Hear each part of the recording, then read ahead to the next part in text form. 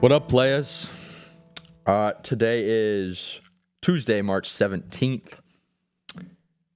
And we were not here last week because, again, life is busy sometimes. But we are here this week. We have a good amount to recap. College baseball. Got a ton of college baseball to talk about. 2 weeks. SEC play started this week. Got our first taste of what the season is going to look like in conference play. Man, it was a good weekend. Mm-hmm.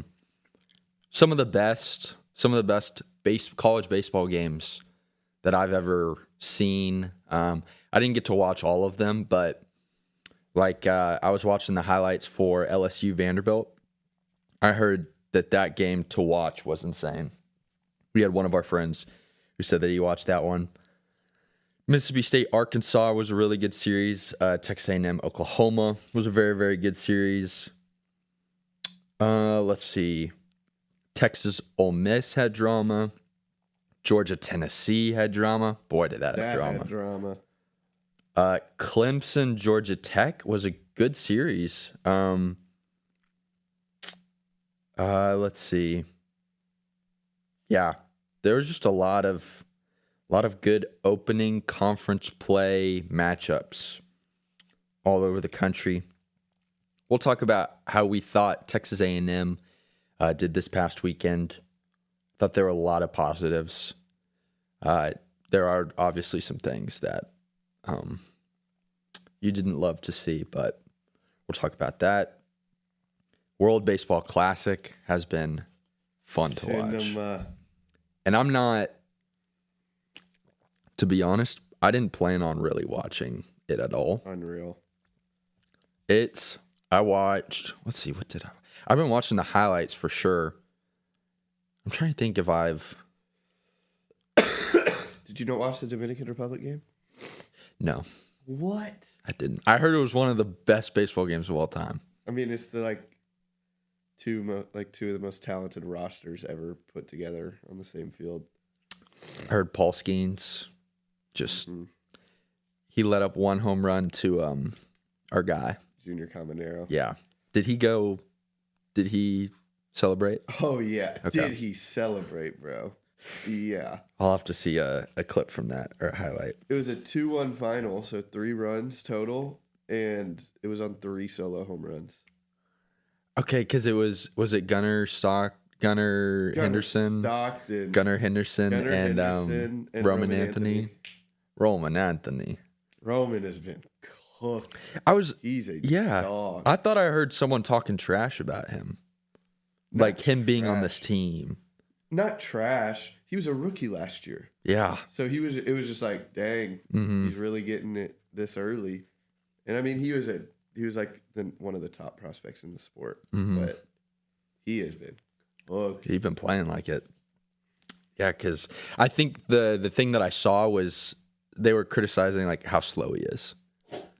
Because I think didn't he have a either second to home or first to home play where he just ran and just got tagged out at home? I honestly don't even know. I don't remember what I think it was in the Italy game, but that's the one time I hopped on Twitter, I saw something about that. But people always be hating on Twitter, so. We've got Weekly Wemby update. I mean, what is he doing? It doesn't even have to be basketball. We all need to know what he's doing. Yeah. And I know you know what he's been doing. Come on, man. So, March Madness bracket. So, here's the plan with that. I am going to have a bracket pulled up. Zach is going to have the one that you can fill out on your phone. We're going to go game by game, and we're going to fill it out. We're going to do an official podcast bracket, and we're going to see how we do.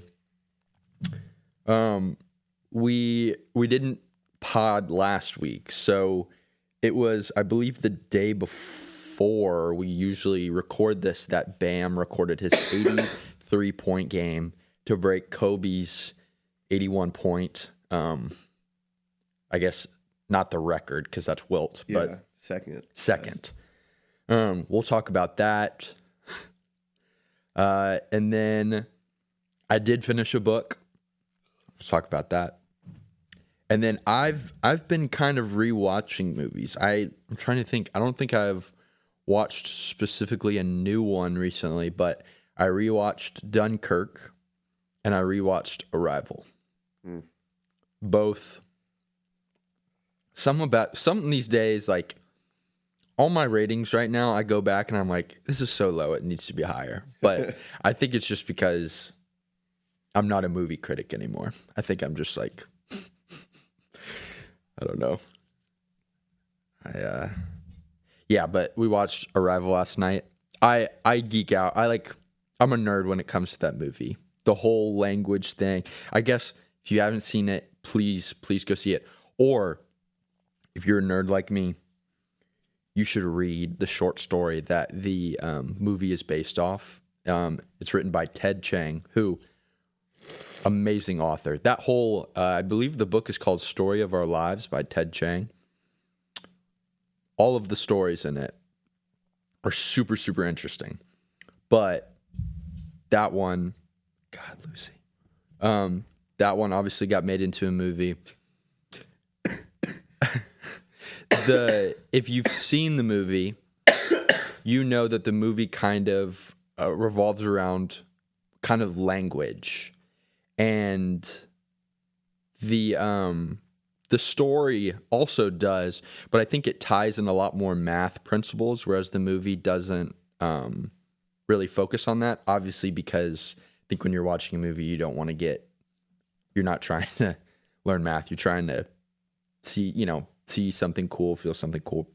So the book, really, really cool because it kind of goes into the technical math side of it. But it's if you like things like The Martian, if you read or watched the movie The Martian, if you're going to go watch, speaking of, Project Hail Mary, which I am so excited for. When is that coming out? Thursday. Okay. See you Friday. Yes, that's what we're doing. If you've read Project Hail Mary, or you just, the book is also really, really good. I highly recommend. If you're into that kind of stuff, then I would highly recommend reading Stories of Our Lives. And then that's all I've got. Is there anything that I'm missing? I don't think so. I'm sure I'm missing something, but we'll go through. We'll figure it out as we go. How was your week? Pretty good. So we've Clash Royale gone, forgotten about. Something has taken its place. Heyday. That game is lit. I have not played Heyday since I think middle school, maybe. It had to have been middle school. But you've been on that grind. Heyday's lit. I never played in middle school. So I'm getting it for the first time. Yeah, that game's banging.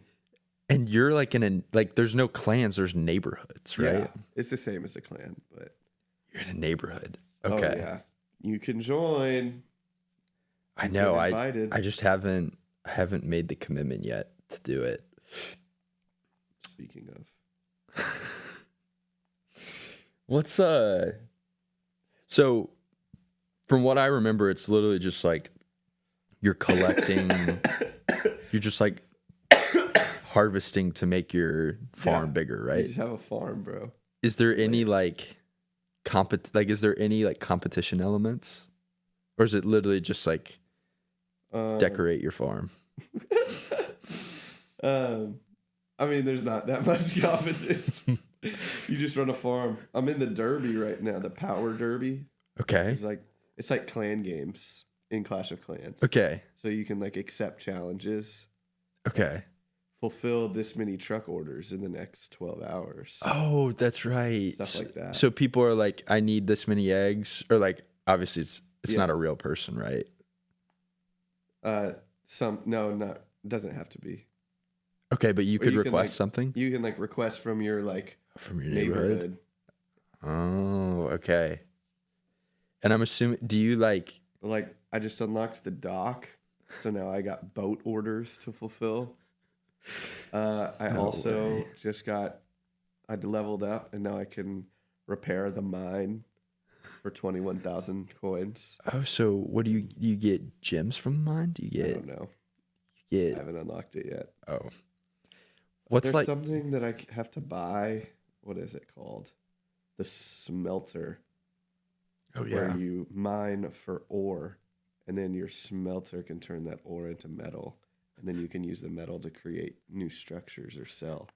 Can you get like is there like a tractor? Like, can you like build something to like auto harvest your wheat? Not or something? auto. I guess. Not like that. I guess that's like you get joy out of collecting your own wheat.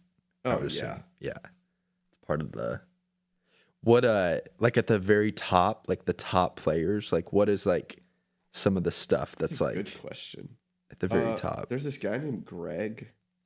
He's a bot. So he is automatically your friend. Mm-hmm. Like, look at... Oh my gosh. Oh my. Yeah, he's cracked. Holy. And he'd just be giving me stuff all the time. Yeah, I guess I'm curious, like, what is the very, like, last thing that you can unlock? Like, what's, like, oh, he's got a... I mean, there's stuff here that I don't even understand. Like, I'm looking... He has a flamingo named Dimitri. What? Does he have... Is it like a flamingo enclosure? Yeah, like it's a birdhouse. And then there's this, like, enclosure for a bunch of birds. Like, there's a toucan. Or you get, like... some flamingos. A butterfly, like a greenhouse? Like... Probably. Wait, like a... What was a place? Oh. Butterfly enclosure? He has a gerbil named Nadia. What? These animals don't even produce... this is a bee farm, like beehives. How did they handle the, like... So, wheat, like, regrows, chickens lay eggs. Do you, like, have cows and... Yeah. It's like send them to the... Milk. Oh, you get milk. Okay. So it's not like... You don't have... Wait, no, but pigs like... give you bacon, though. Yeah, but it's very humane. You put them in this processor that just takes the fat off of them, and then they stay alive. Oh, okay. It's not like you raise a pig, not like you name it a slaughterhouse. Yeah, it's like, yeah, they give you like a knife option. That didn't seem very Supercell. Yeah, but man, I guess shout out Supercell. I mean, it's kind of a mixed bag just sometimes. But is Boom Beach Supercell? Yes. I never played that. My brother was into that. I played Boom Beach. I would low-key get back into Boom Beach. Because Heyday, Boom Beach, Clash Royale, Clash of Clans. Those are like... Oh, I guess Brawl Stars. But Brawl Stars is just... It's big with the youngins. I'm not as much of a Brawl Star. But like my brothers, they played a lot of Brawl Stars. I think they still do. I think they were talking about it yesterday now I think about it. Shout out Heyday, man. Yeah. Join my neighborhood. Should we get a podcast neighborhood? Uh-oh. The sports dude neighborhood. Yeah, maybe by next week. So yeah, you're already in a neighborhood. Maybe I'll make an account and it'll be the official podcast account. Yeah. And we just get all the listeners in our neighborhood. Yeah. International listeners, you can join too. I'll next week, if I have it downloaded, here's what we'll do. By next week, I will have set up a neighborhood. I will have figured all of that part out, and then I will tell y'all, I guess, what the neighborhood is, and then everyone can join. Trying to think. Any other... You went to a Chris Stapleton concert. He's so good. He's my favorite. I think I'm in love with you. Yep. Didn't know it at the time. Yeah, he's unbelievable. Yeah. He's unbelievable. You can make a grown man cry by just singing the national anthem. And I think I'm going to see him again in Nashville. You just see. In a couple months. When are you going with fam? My mom. Nice. Everybody's gotta see him. Mm-hmm. He's incredible. He is. Okay. I think. Real quick. On that note, fun fact: I just missed gang activity in Houston at the rodeo. Really? Either 1 or 2 nights after I was there. After the concert, apparently all the gangs in Houston decided to go to the carnival and just try to scare people.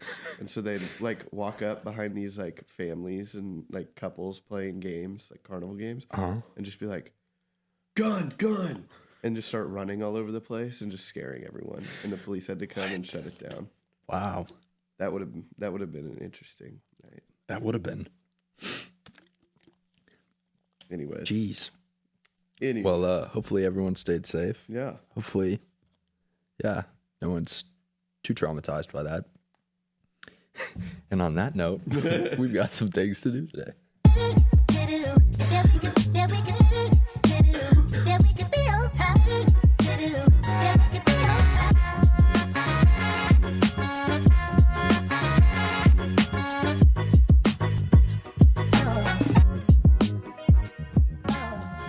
All right, we're going to rewind the tape a little bit, and we're going to time travel back to, we're going to pretend like it's last Tuesday for just a second when we talk about college baseball. So, a game that I want to mention, Mississippi State versus Southern Miss, midweek game. It was cinema. Southern Miss won, I believe. They're which legit. They are legit. They also, I can't remember, I thought I saw something saying they already have 3 SEC wins. That's insane. Hopefully I'm not making that up. But a win over Mississippi State in non-con, that's a big, big, big, big win. Because Mississippi State is looking really good. I know, I guess this past week, they had to go on the road to Arkansas. It was still such a good series. But yes, Southern Miss beats Mississippi State in midweek. Very, very good game. Virginia, again, this is 2 weeks ago. Virginia run-rolled UNC on Friday 2 weeks ago, then beat them on Saturday 9-2, and then UNC was able to salvage the final game, but it took them 12 innings to do so. So Virginia really... they had a great, great series against UNC. Because of that, they jumped all the way up to, okay, these numbers are off, but I think 15 or 14th in the rankings 2 weeks ago. So coming into this past week, they were ranked either 14 or 15, I believe. Or actually, let's see, 14. They were ranked 14 coming into this past week. A little bit of a surprise. You almost picked them for Omaha. Yep. Both of the teams you just mentioned were my first 2 that I mentioned in my almost. Southern Miss and Virginia. Yeah. Brutal. And UNC, the one that got dominated, was the one that I picked. So very cool because, again, remember Virginia's Brian O'Connor, head coach, ended up going to Mississippi State, which has looked like a great move as far as, both teams are playing well. So kind of cool how that's worked out so far up until this point. Again, 2 weeks ago, Boston College beat Miami on Friday. Miami won on Saturday. Boston College won on Sunday. Miami loses the series. They were ranked 24 at the time. They get bumped out of the rankings. This is the big one. LSU lost a series to Sacramento State 2 weeks ago. I believe that game 3-2 was close. And it's very strange because, again, LSU ranked very high at the beginning of the season. At that point, they were ranked 2 going into the series. Lose to Sacramento State. Oh, okay. And then Florida lost the series to High Point. Florida, and Florida, I mean, it was close to not, to being a sweep by High Point because Florida won 11-12. And then Tennessee did drop 1 to Wright State, but they were able to take 2 of 3. I have that written down. So this is the old top 25, again, from 2 weeks ago. I have it color-coded so that UCLA, number 1 team, they swept. LSU lost the series. They were number 2. Texas, Mississippi State, and Georgia Tech all swept. Arkansas took 2 out of 3. I can't remember who they played, but I think it was a team that you would think that they would sweep. Auburn swept North Carolina, lost the series to Virginia. Florida lost the series to High Point. Southern Miss swept. Georgia swept. Oklahoma swept, only played twice. NC State, they took 2 out of 3. Clemson, number 14, swept. Wake Forest swept. Coastal Carolina took 2 out of 3. TCU only played 2 games but split 1-1. Oregon State swept. Tennessee took 2 out of 3 again from Wright State. FSU swept. Kentucky swept. A&M played. Who did they play? Was it Oakland that weekend? Yeah, Oakland. Okay. Oakland that weekend swept. West Virginia took 2 out of 3. Miami lost the series to Boston College. And then UTSA took 2 out of 3. Okay. So unless you had any things from 2 weekends ago. My brain can't remember. Yeah. The only thing that's keeping me through this is these notes that I took down. So this is coming into this past weekend. So top 25 coming in this past weekend. Again, UCLA 1, Texas 2, Mississippi State 3, Georgia Tech 4, Arkansas 5. Instead of going through the top 25 here, I'm just going to I'll go through. UCLA handled business. I forget, did they play Michigan? I think they played Michigan. I'm like might have 99% sure they played Michigan. I believe you. They swept. They handled business. Texas. What do you think of that Ole Miss Texas series? That first game was cinema. One of the most electric games we've seen this year. Yeah. How did game 3 end? Because I know game 2 was like 11-2 final. I think it was a similar story because I checked in and it was like 6-1 at some point, or then 8 something. So yeah, I think Dylan Volantis actually pitched really, really well. I know Ruger kind of got hit around for the first time, and again, this is the start of conference play, so you're going to see that with everybody. Yeah. But Ruger in conference play was like statistically the best pitcher in the SEC, which is really shocking. Wow, because people were surprised that he was a Friday night starter. Yeah. Yeah, I would have thought Volantis would have taken that role, but I mean, he's still been dealing from the Sunday spot. But so yes, Texas takes 2 of 3 from Ole Miss. Ole Miss, they weren't in the top 25. They're a very solid ball club. They were on my list of teams to potentially pick for my Omaha 8. I don't think I ended up picking them, but I guess Hunter Elliott pitched Friday night, I think. If that's the guy I'm thinking of. And again, they won Friday night and then they dropped the other 2. Good win for Texas. I know kind of the rule of thumb, especially in the SEC, for people who are kind of just getting into college baseball, especially in the SEC, the rule of thumb is you just don't want to get swept on the road, and you want to win your conference games at home. Take 2 out of 3. If you can do that, you're most likely going to make it into the tournament. I think back, what was it? That was 2022 A&M.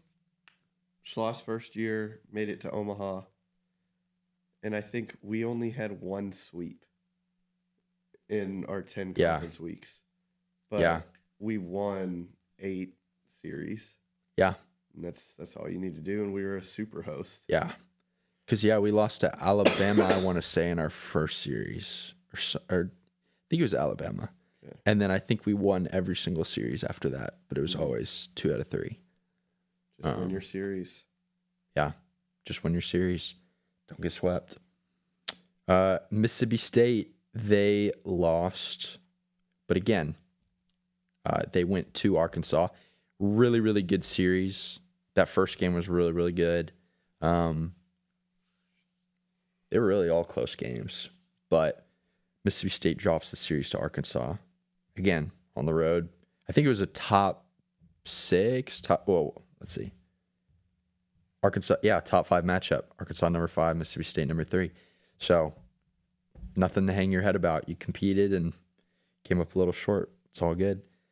Georgia Tech takes 2 out of 3 on the road at Clemson. Mm-hmm. Big series win for them. Again, just mentioned Arkansas. Auburn swept. They played at Missouri. So, that's what you want. Yeah, that's what you want to do. They did what they had to do. They did what they needed to do. Southern Miss, they actually lost their series. Really? Yes. They dropped their series, which is crazy. I forget who they played. But they did drop their series this week, which, let's see what it dropped them in the rankings. They went from 7 to 12. Georgia. Let's talk about Georgia-Tennessee series. Ooh. What are your thoughts from that series? Well, to be honest, this was like one of the longest weekends of my entire life, so I did not watch a whole lot of baseball. Mm-hmm. But I did see that was game 3, the ending. That was insanity. Yeah. That was crazy. It's college baseball. I know Georgia won the series because of that. Because it was a rubber match, right? Yes. Oh, Tennessee, I don't know who was up to bat. Down 1 runner on, 2 outs in the 9th. And Bro hit it really well. Got a hold of one. He smashed it. Thought it was gone. Did the most ridiculous, bat spike and celebration. Didn't even touch first as the ball was in the air. Georgia left fielder robs it to win the game and the series. So just electric overall. But that was a great matchup because now we have Georgia coming to College Station this next weekend. Yeah. Which will be tough. Yeah. It's always tough. Every single weekend's going to be it's always crazy tough. Opponent. But yes, that last bit was vintage college baseball where, you got a little talking back and forth. To be honest, I don't know if it had been chippy or anything like that. He was probably just excited to hit a go-ahead home run to win the series, but it backfired on him a little bit. So yes, Georgia wins the series at home. Tennessee takes 1 on the road. Potentially could have won. That's all they needed to do. Oklahoma. This is kind of getting into... So Oklahoma at number 9, they won the series. We'll talk about it in a second. NC State won their series. I forget who they played. Clemson lost at home against Georgia Tech. Georgia Tech, that's my team. That's my... Can't remember if I took them 1 or 2, but I am all in on Georgia Tech. Mm-hmm. They're playing really well. Wake Forest. Wake Forest gets swept. I can't remember if they were at home or not. They get swept by Florida State. Who, did you choose Florida State? Yeah. Wow, good pick. Yeah. Florida State sweeps them, and they soar in the rankings. They're up to 11. They jumped. In Link Jarrett, I trust. Yeah, he's legit. He almost got him to Omaha he almost got him to Omaha last year. I think they played... I forget who they played in the regional. It might have been Mississippi State. Anyway. Wake Forest gets swept.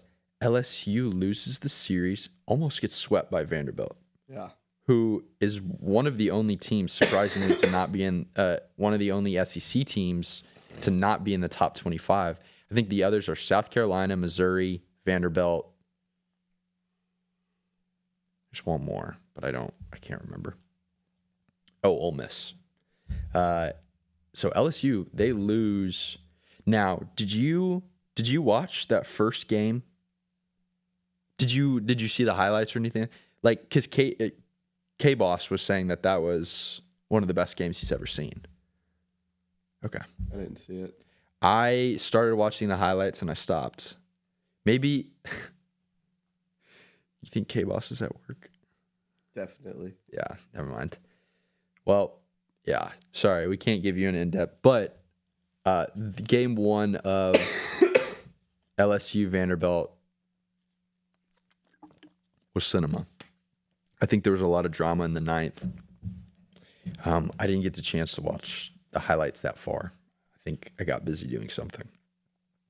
But if you get the chance, go back and watch that.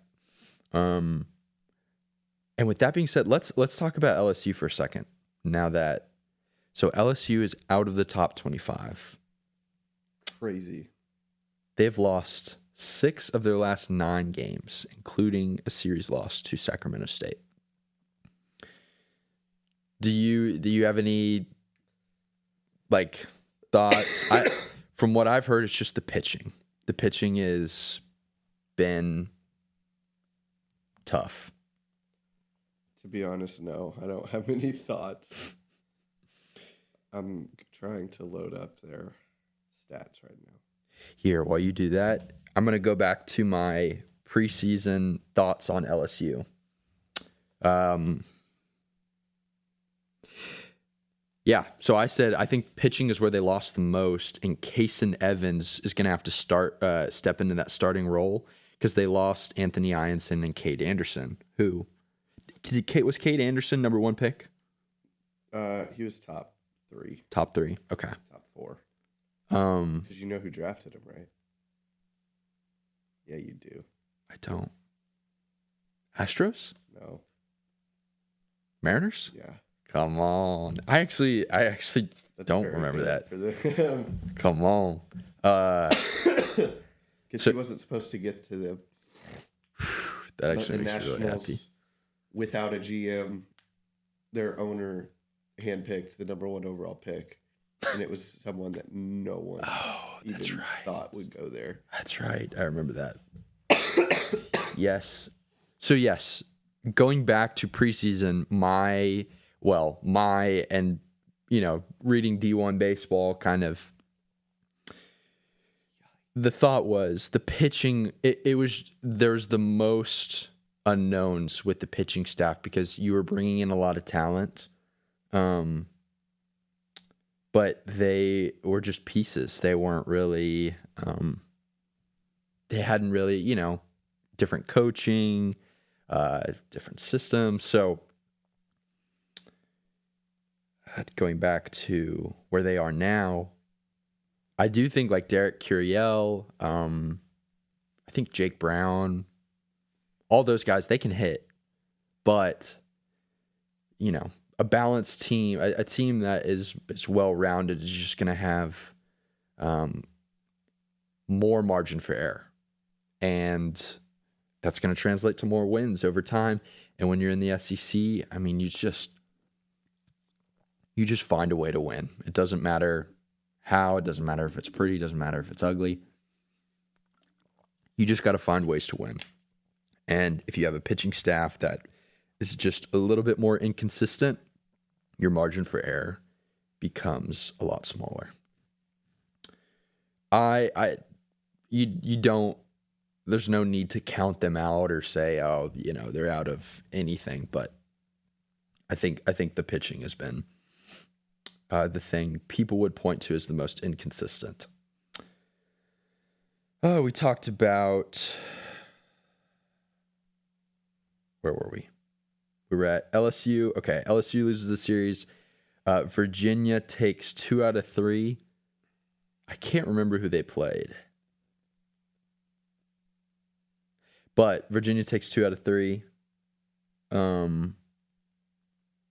North Carolina sweeps. I believe they played. Oh, Virginia might have played Virginia. Somebody played Virginia Tech. Who played Virginia Tech? Was it? I think it might have been Virginia. But North Carolina, they sweep. Coastal Carolina sweeps. TCU loses their series. They drop out of the rankings as well. Oregon State sweep. Tennessee, again, loses to Georgia. Florida State sweeps Wake Forest. They jump up 9 spots. Texas A&M loses to Oklahoma on the road. Oh, really good series. It was. We'll talk about it. We'll talk about it in a second. Florida, they win their series against... Crap. Who did they play? I can't remember who they played. UTSA loses their series. They drop out of the rankings. USC, they are unfortunately no longer undefeated. They lost their last game. I think it was against Gonzaga, potentially. But USC also jumps up pretty high in the rankings from 25 to 13. They are 19-1, I think, at this point. But that is the top 25. Or that is, what happened to the top 25 this week. Let me see if there's any surprises. I'm liking, so I chose Texas. I'm liking that. I have Georgia Tech. I'm liking that. Do you have Arkansas? You have Arkansas. I have Arkansas. I'm liking that. I have Auburn. I'm liking that. You have Mississippi State, right? Mm-hmm. Good pick. I did not pick Georgia. I did. Oh, you picked Georgia. You didn't pick OU. Nobody, I don't think either of us picked OU. They were outside the top 25. That would have been a fun one to pick. You have Florida State, who's number 11. Yes. Sorry, the Texans just signed someone really good. Oh, I thought it was a heyday. No. I was like, what? Texas just signed someone really good. We'll talk about it later. Go continue. Breaking news. UNC's at 14. Here, wait. I just want to look at my.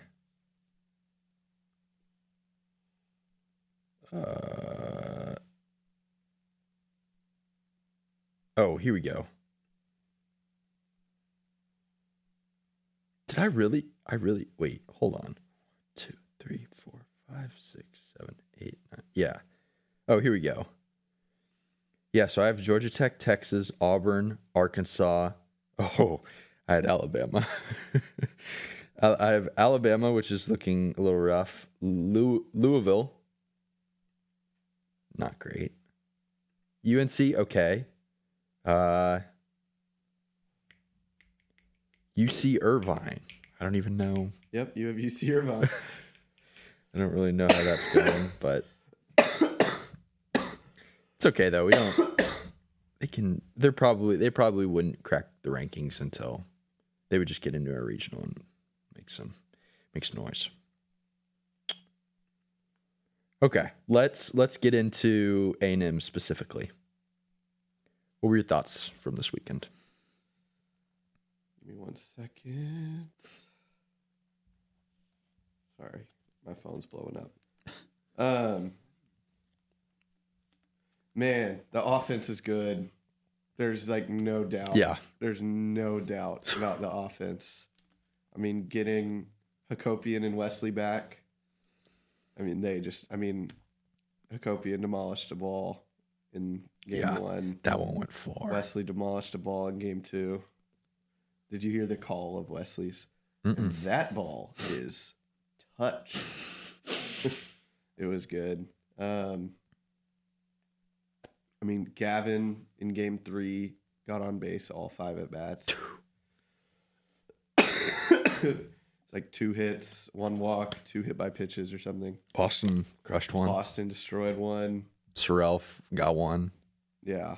Sorrell also on defense. Only TK was looking like TK. So even Bear, not like Bear did anything unbelievable, but his batting average, not that it's very high. It was at 125 near the end of conference play. It's at 250 right now. I was about to say, I was going to bring this up later. I was going to make you guess. I'm going to say, who's the only Aggie not batting 300? Yeah, it's Bear. And he's at like 245-ish or something. But yeah, the offense is really good. Also, on the Bear thing, last year he sucked in conference play or non-con so bad he didn't even start. It was Jacob Galloway. Yeah. And he just raked in conference play. Yep. I don't know what his deal is. He just doesn't try against these bad teams and then just locks in. Yeah.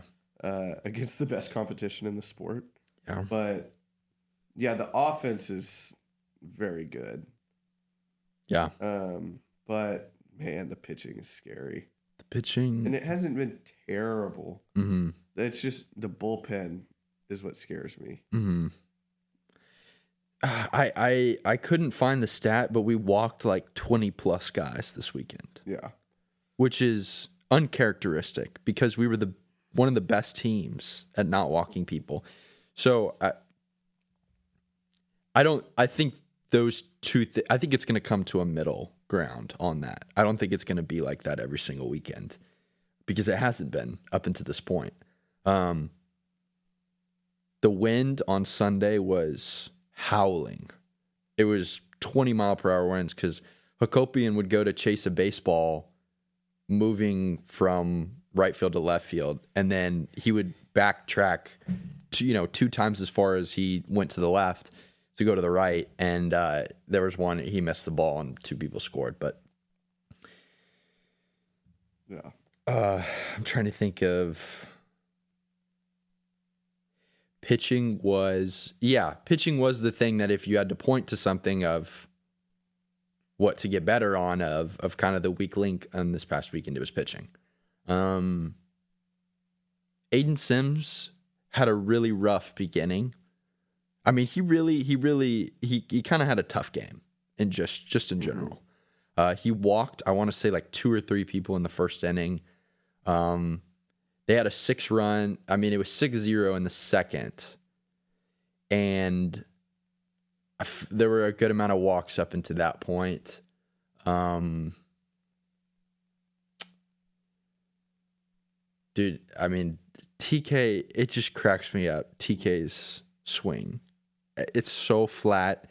It is always a bouncing ball, either past, between the third baseman and the short. The launch angle's always -70. It's a little blooper in front of the right fielder, the left fielder.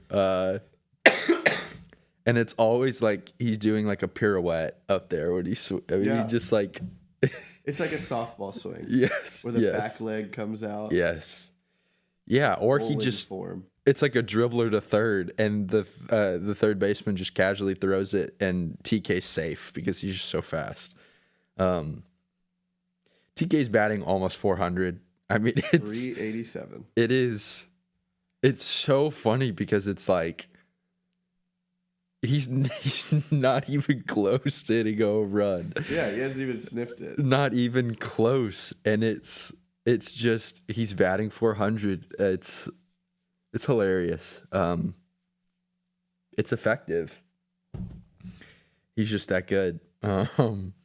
He gets on base. I mean, Billy Beane would have... Billy Beane would have done crazy things to get TK on his team. Yeah. Because the statistics on him are just off the chart. And... It's not even like he sacrificed his power. It's just like he's so focused on just like trying to get that swing flat and get a base hit that it's just that's what he's focused on. He's also second on the team in walks. Wow. He's also been hit in the head like 4 times. His OBP's over 500. Golly. Trivia. Who leads the team in walks and is the only other player with an OBP. Wait. Oh my God, I'm wrong. Okay, not walk thing, but who's the only other player on the team with an OBP over 500? What does OBP stand for? On base percentage. So that includes hits plus walks plus hit by pitch. Probably Bear. It's Bear. Yeah, because he gets hit. has the lowest batting average among the starters and the second highest OBP. That's crazy. It's because the broadcast one time called him the Magnet. I think that's hilarious. It is funny. He is. So I have a question as a baseball guy. You might be able to answer this. Do you think it's more because it's where he stands, he's crowding the plate, or do you think it's because in the past when they've thrown a ball more on the outside of the plate, he crushes that? It's probably both. Okay. Like frame, like he's huge. Yeah. And he crowds the plate. Okay. That'll do it. Okay. Like rookie year, Anthony Rizzo led the MLB in hit by pitches, and he had like double number 2 because his feet are like on the edge of the batter's box, the inside edge. Mm-hmm. And so he was just like, hit me. I don't care. He's like, if you try to throw it inside to me, you're going to hit me. Yeah. So you have to throw it either middle or on the outside of the plate, and I'm just going to rake. Yeah. And I think that's Bear's approach. Okay. That makes sense because it seems like people try to throw in on him, and they hit him. I mean, they've hit him. I can't even tell you. Does it say how many times he's been hit? I can find out pretty quick. Okay, because it has to be double digits at this point. It is 11. 11 times. Wow. That's insane. The Magnet. The Magnet. Oh my gosh. His OPS, his batting average is 238, and his OPS is over 1,000. That's insanity. He has a higher OPS than Jake Dewar, Gavin Grahovac. That's insane. Wow.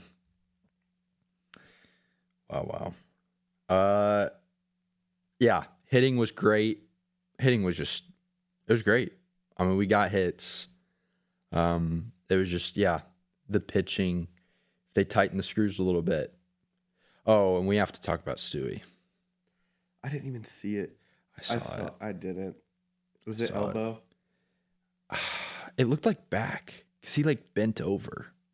I was confused because I couldn't tell if he was bent over as my back hurts or if it was just I'm frustrated that I re-injured something. Because he threw it and then immediately was kind of walking around and bending over. But it didn't look good. It looked like he was really frustrated that he did something again. Which, is tough for the bullpen. McCoy, Stewie are both out. I'm trying to think. Hunter Vincent came in. I think that's his first name, Hunter. Yeah, it is. He had a little bit of a rough outing. Darden came in, and it was a mixed bag. I think it was a little rough. Freshcorn has been killing it, though. When Freshcorn comes in, he's been a really, really good, solid option. Mm-hmm. Other than that, though, I can't. Darden's had really good moments, so I'm not. Yeah, it wasn't great. I like the black jerseys that they flashed on Friday. Yeah, or the grays, whatever you want to call them. Yeah, like dark gray. I didn't like them as much in just the photo op or whatever. Mm-hmm. Seeing them in action, better. Yeah, don't hate. I liked them. Okay. What'd you think of the Mike Early debacle on Friday night? That was silly. That was so silly, bro. What'd you think of that? So dumb. That spike. I don't know. It's hard. He can't win. No coach. I mean, coaching's awful. Yeah. Would not recommend. But if he wasn't fired up ever, I'd be like, let me see something. Mm-hmm. I see something like this. I'm like, kind of bush league, bro. Mm-hmm. I don't know. Mm-hmm. It's hard to win. Mm-hmm. It's hard to. I don't know. My thought on it is, as a head coach, here's what I'm thinking on it. You can win any type of way. You can be Tony Vitello and win the national championship. You can win any type of way. So this isn't indicative of winning.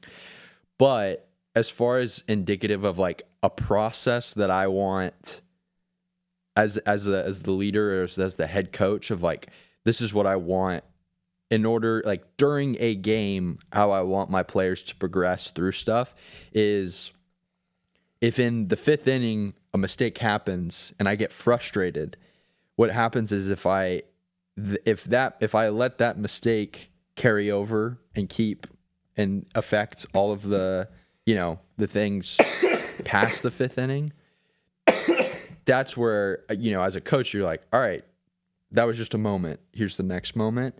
And while it's not wrong or anything like that, if I'm getting fired up because a guy spiked his bat when he hit a home? He had a home. He had to hit a home, right? Yeah. Did. I'm throwing the bat, and then I'm telling the other coaches to go F themselves. I just feel like some people would say it fires up your team. It could have that effect. It also... Okay, bro. All right. You gotta put your phone on silent. Shout out ESPN. Impact. Oh. Is that what I... Hold up.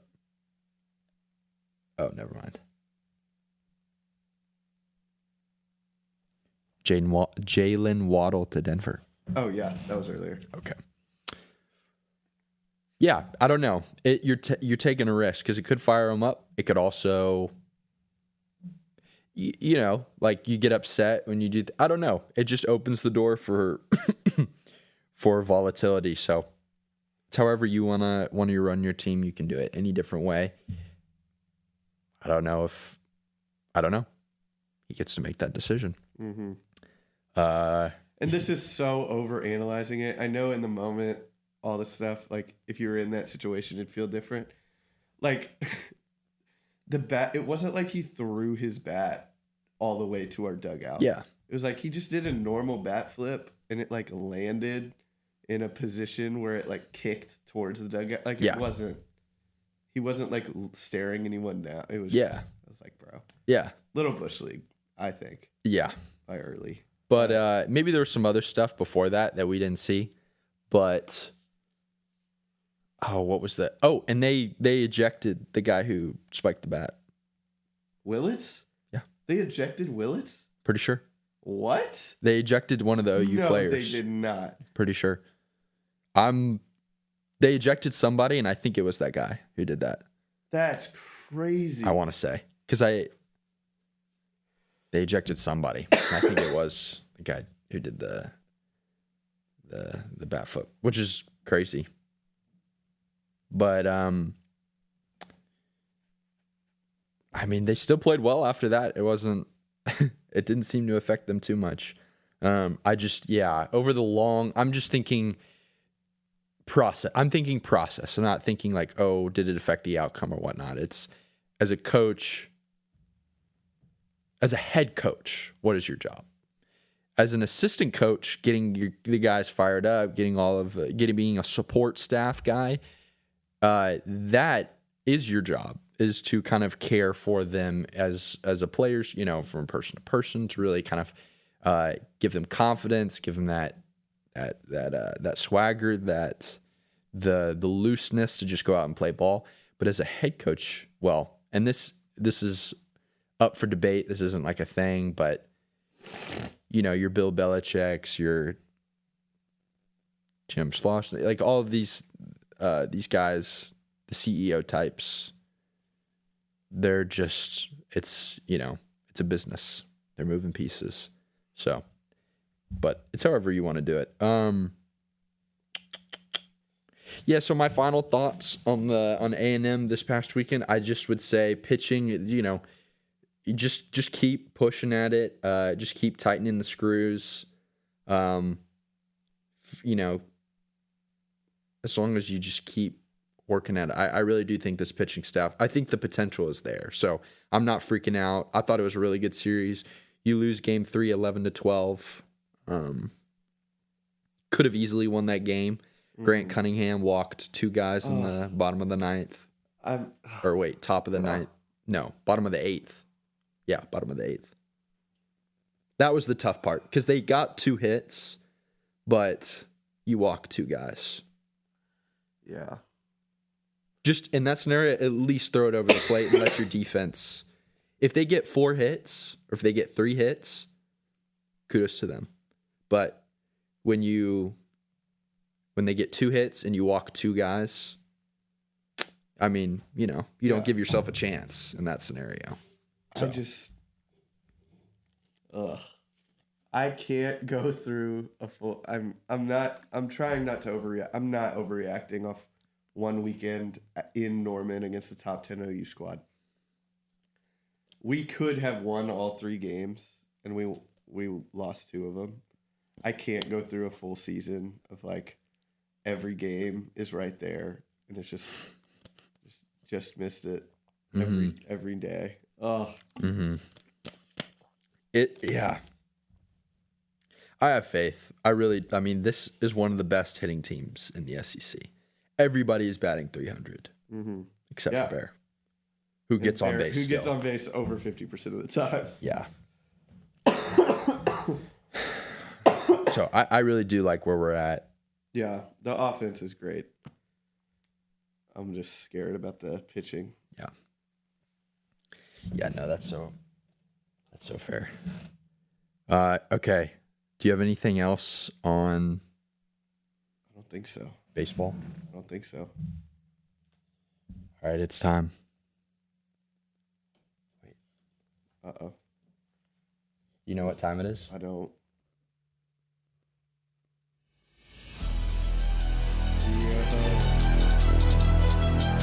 It's time for the Weekly Wemby Update.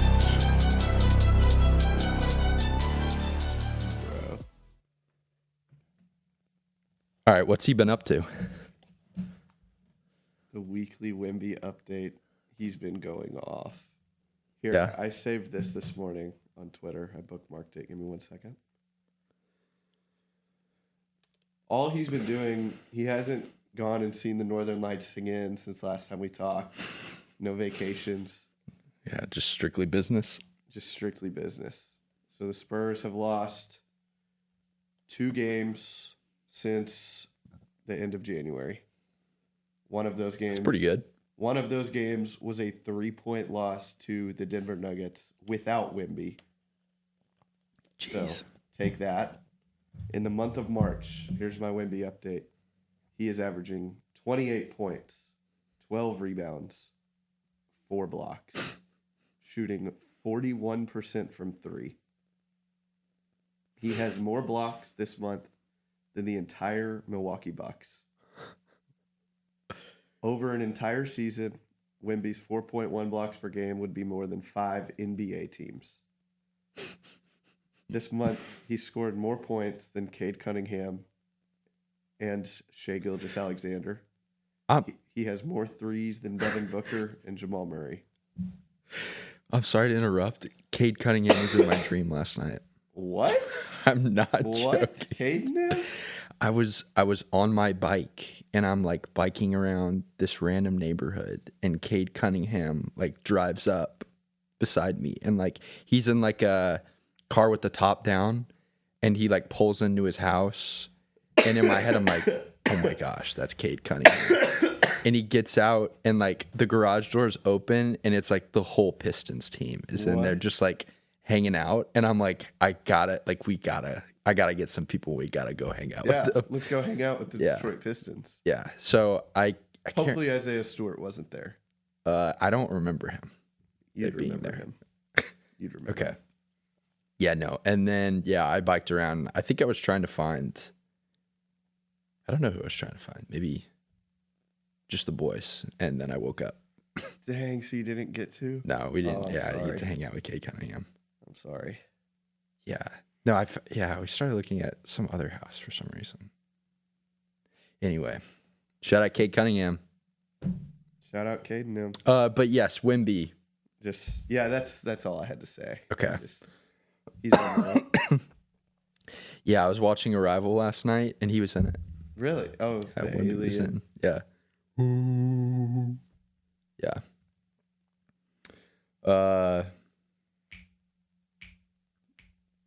But What about books? Are you reading any new? Is he reading any new books or? not that I've seen or heard. I need to text him, but no update on the books. I know he's a reader though, so I just need his Goodreads. dude, that would actually be electric if he was just like on Goodreads. He could just, He might. legit, I don't know. I would read every book he reads. The one that I told you about last week actually sounded interesting. It does, yeah. No, I added it to my Goodreads list. I would legit read that. I added it to my Goodreads list. Yeah, no, Goodreads, it does sound a little too like, well, I don't know. He wouldn't have anyone follow him. He probably has like, I feel like he's more of like he probably just has a library. He's a guy who goes to Barnes and Noble and he just kind of saunters around like looking for books. He's best friends with all of the people at Barnes and Noble because obviously he's 7'4", so how can you miss him? But they all know him and they're like, "Oh, Wemby, like Hello, what? Victor. Hello, Victor. How was reading To Kill a Mockingbird this week?" Yeah. And he like has this whole conversation. He like talks with him and stuff. Like talks about like what he wants to embody from Atticus Finch or something. Yeah, exactly. And then and then he like, "Oh, like what kind of books, like any recommendations?" "Oh, I got this one." So he like takes it that way. Yeah. So And you know there's this old lady who like that works there that loves him, but she's so out of touch that she doesn't even realize he's famous. And she's like, "Victor, I missed you. I read this book and thought of you." Yes. And he like sits and talks to her 100%. over coffee or something. Yep. We're literally just writing fanfic out loud about Wemby. That's crazy. No, yeah, she definitely thinks that he like. Yeah, she'll probably. Do you play sports? Yeah. You must have played basketball as a child.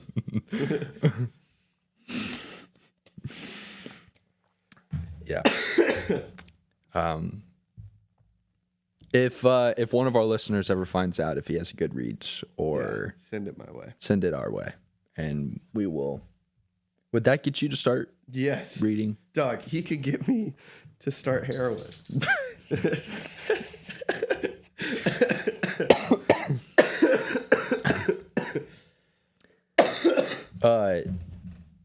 Speaking of reading, where are you on The Dark Forest? Haven't. It's been in my backpack for the last 5 months, and I don't think I've picked it up. What? It's right there. It's in that backpack. I don't think I've touched it in 5 months. Do you remember where you were at? Is it the same place that? Same place I left off. It was. He was beginning the wall facer project. Okay. And all the wall facers had been chosen, and he had just moved into the house that he had described he wanted. Okay. That's the last place. Okay. See, I remember what was going on. I just never pick it up. Yeah. So I just need to pick it up. It's so good, man. The Wallfisher Project is my favorite part of the whole, probably series. Yeah. It's just so interesting. Maybe I'll start tonight, depending on how the Team USA game goes.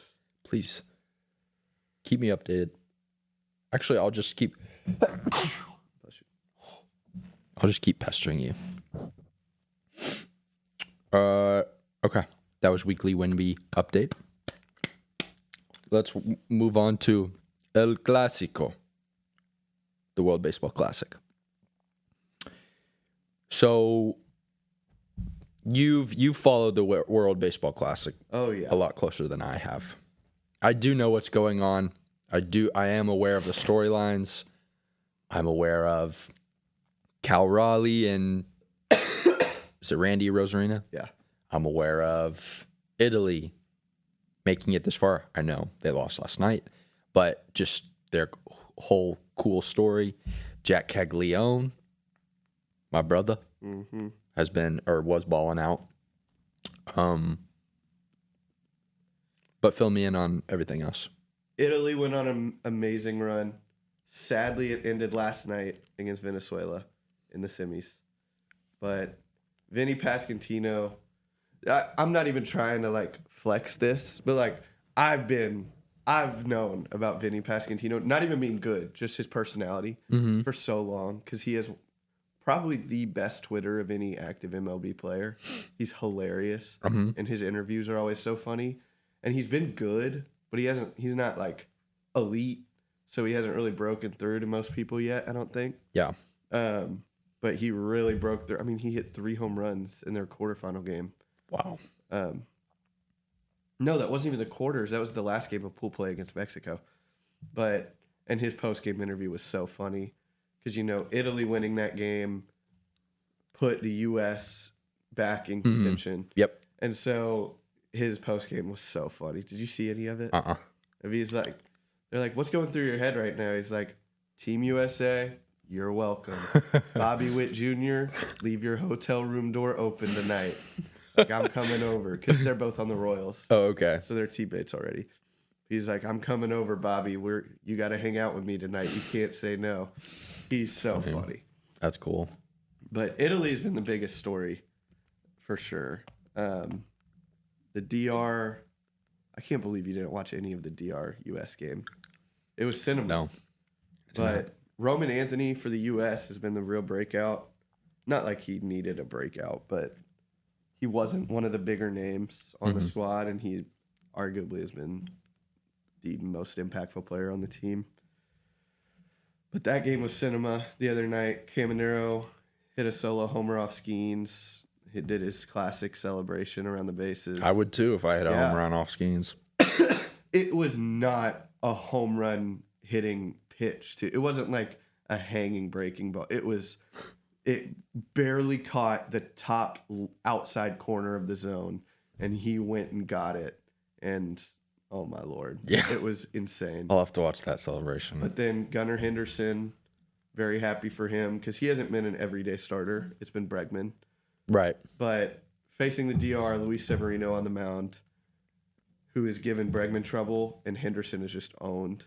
And so people were arguing about who should start, like the better overall player, like, or the guy who's had more success, the young guy who's had more success against him. Put in Gunnar. Thank God. Gunnar destroyed that ball. That was awesome. Tied it up. Roman Anthony with the solo homer later.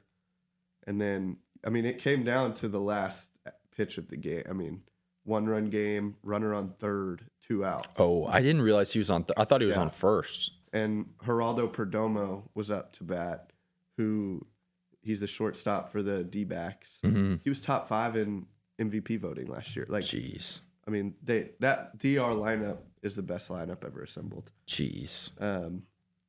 But did you see how it ended?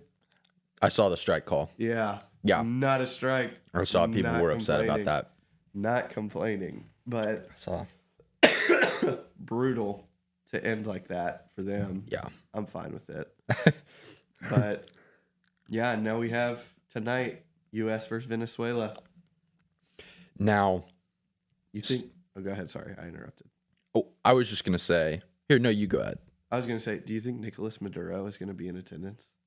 You think they're gonna let him? I actually don't know who that is. He was the dictator of Venezuela that the United States went in and captured and imprisoned recently.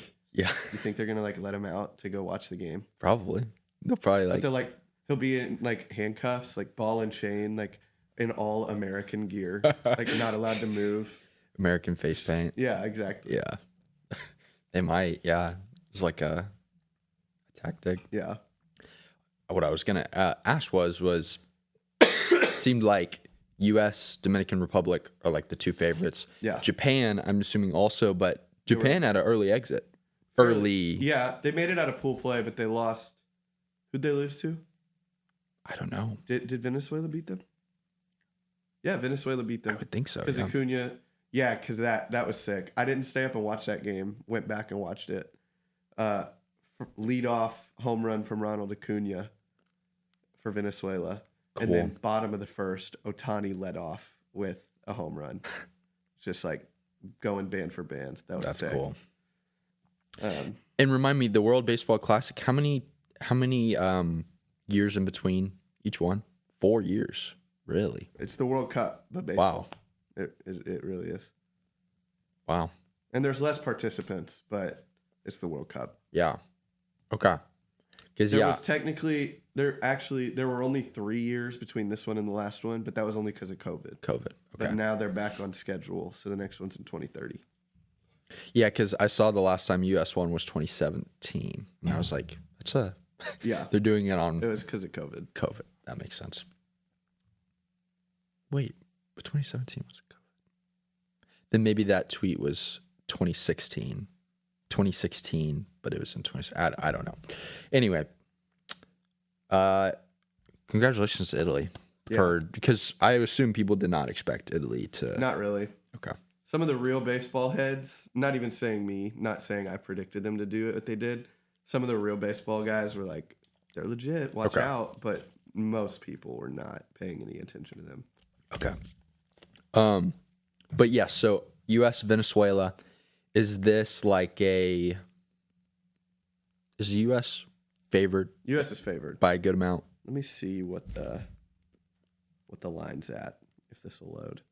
U.S. will definitely be favored. Okay. But, I mean, Venezuela's good. Yeah. Okay. Ronald Acuna. Mm-hmm. That's all you need to know. He's pretty good. They're supposed to have Jose Altuve, too. He couldn't get his insurance, so he didn't get a play. Because the last WBC he played, and he got hit in the hand and missed, like, the first 2 months of the Astros season. Mm. That makes a lot of sense. So the U.S. is minus 270. Okay. So fairly heavy favorite. Yeah. But also, what was the thing with Scooble? Was he just like, I don't want to get injured? Was that kind of No, it was the Tigers. He was like, I want to play more, and the Tigers were like, no. Okay. Like, we'll let you pitch once, which is so fair. Like, I really get it. It sucks. Mm-hmm. But they're paying him a lot of money. yeah, well, because just 2 weeks before the WBC started, they were in arbitration, and the court ruled that they had to pay him the max amount. So they're paying him 30-something mil. Wow. And it's just a 1-year deal because this is going to be his last year on the Tigers. Okay. And they kind of built the roster to win now. Yeah. With him still there. And MLB's going on right now, right? No. Oh, it starts like the 27th or something. Is it preseason? Yeah, it's spring training. Spring training. Okay. Because on the ESPN app it has teams and records and all that, and I was like, I was confused. That's spring on training. Okay. Opening day is in, I think, 10 days. Okay. Gotcha. But yes, USA versus Venezuela tonight. I will actually not be watching this game. I will be at a baseball game tonight. So crazy. Oh, free tickets. Can't pass up on free tickets. Okay, anything else about the World Baseball Classic? I guess that I did see the Aaron Judge hose at third. Crazy, yeah. That was a throw. That was really, really impressive. I saw Aaron Judge almost hit a home run, right? It was robbed by A-Rod? By J-Rod. J-Rod? A-Rod. J-Rod. By J-Rod. My king. Yeah, do you have anything else on the World Baseball Classic? I don't. Okay. I don't. Then let's pick a bracket, shall we? Here, can I say one thing real fast? Yes. Before? Yes. Don't have too much to say. Texans got an O-line. Who'd they get? They've gotten a lot. They re-signed, because I didn't want to re-sign a whole lot of guys because they suck. Yeah. The 2 guys that did good last year, we re-signed. Okay. Ed Ingram and Trent Brown. Okay. We signed Braden Smith from the Colts. Okay. Very good. Very good. And then whenever I freaked out a little bit earlier and said I'd mention it later, we just signed 3-time Pro Bowl guard Wyatt Teller. Okay. So we now have multi-Pro Bowler at right tackle, multi-Pro Bowler at left guard, and Pro Bowler at right guard who we re-signed we had last year. And we already have our left tackle who is going into his 3rd year. He's on a rookie deal, who did pretty good. Okay. So they have a much improved O-line. Come on. And David Montgomery, we traded for. Yep. And Reed Blankenship, strong safety we signed. That's right. From the Eagles, white boy. That's right. So That's... Uh-oh. Yeah, I mean, that's what CJ needed. Yeah, that's what this team needed to... It was. To really feel comfortable. We still have the draft coming up next month. Yeah. So get another rookie O-lineman in the top one. Like, ideally, we get 2 O-linemen in the first 4 rounds. Mm-hmm. Just to have some depth and some youth. Yeah. But I'm feeling really good. Yeah, and you're going to get your quarterback, and then you're set. I will end you. Luke Altmaier behind that line. It's going to be unstoppable. Don't Graham Mertz. Graham Mertz. He's already on the squad. Graham Mertz. Who else is out there? Taylon Green. Shut up, dude. I'm really liking Luke Altmaier for the team. You suck. Don't say that about my team. That really fits the scheme that you are going for. Your team has replaced Montgomery with a worse version of Montgomery, but you know who he is. Who's that? Isaiah Pacheco. Oh, because the Chiefs got Did the Chiefs? Yeah, Kenneth Walker. Super Bowl MVP Kenneth Walker. Super Bowl MVP Kenneth Walker. Kansas City Chiefs. So now we have Isaiah Pacheco. Isaiah Pacheco and Jahmyr Gibbs might be really fun to watch. Yeah, it's very similar to what he'll be used the exact same way Montgomery was. Yeah, He's not as good as Montgomery, but still. Yeah. The issue with the lines, it felt like the O-line kind of. I'm not super keyed into NFL as much as I am college, but it really did feel like the O-line for the Lions became a little risque down the break. Mm-hmm. Or at least Jared Goff was just getting sacked all the time. Okay. You want to do this bracket? Let's do it. Here, can we take a quick break? Yes, we can take a quick break. Back in a second. Okay. Our goal is to make an unbustable bracket. Huh? This bracket will not be busted. It will not bust. It will not bust. So, first step in doing so is to pick Duke versus Siena. Siena. Do you want to do a little analysis on this one, or do you have like a pit? Do you have like a one that you're confident in? Yeah, Siena. They have a white boy named Gavin Doty, averaging 8, 7, and 2. Shout out Gavin. Shout out Gavin Doty. Yeah, Gavin. I think we went to high school together. Yeah. ESPN shows you now, if you press on like preview, it shows how many people have chosen each team. Yeah. So 7,922,855 have chosen Duke. Okay. 153,900 have chosen Siena. 153,000? It's probably like quick brackets or like people just picking every upset. I thought it would have been more like 10,000. That's kind of crazy. But I guess, yeah, I mean, you got to. All right, so we're going Duke. Yeah, we're going to go Duke. We're going Duke. We're going Duke. Does it just go, is it going Duke, Ohio State, St. John? Yeah. Okay. Yeah. You're going that way. Ohio State versus TCU. Coin flip. Unless you have one. I like Ohio State. I think it'll be a good game. The spread, it opened at 4.5. Now it's at 2.5. But Ohio State's favored. Okay. But I like Ohio State. To be honest, this is the least I've followed college basketball in the last 6 years, probably. Yeah. Maybe longer. Okay. But I know Ohio State did really good in the Big Ten tournament recently. Okay. So I think they're hot, I think. Okay. If you want to go Ohio State. This is the podcast bracket, by the way. Yeah. Ohio State. We'll go Ohio State. St. John's. The Johnnies Iowa. Versus Northern Iowa. Flashback. Northern Iowa, Texas. Jasper hit the half-court shot. Yep. I cried. Yeah. I remember watching that and crying. I remember watching I was really sad. I was very, very sad. Very, very sad. What are we? St. John's? I think. Yeah, I'm gonna go St. John's. I don't see. I mean, that's not what. Yeah. Kansas. Is that California Baptist? It looks like it. It has to be. CBU. I wonder what their mascot is. Thinking Kansas here. Yeah, I'm not overthinking that one. All right, Louisville, South Florida. Are you thinking the Bulls might be able to do something? I'm thinking the South Florida Bulls. Really? I am. Just for fun. How crazy are we getting here? You can talk me down. I have a lot of upsets. I'm trying to think. Just for fun.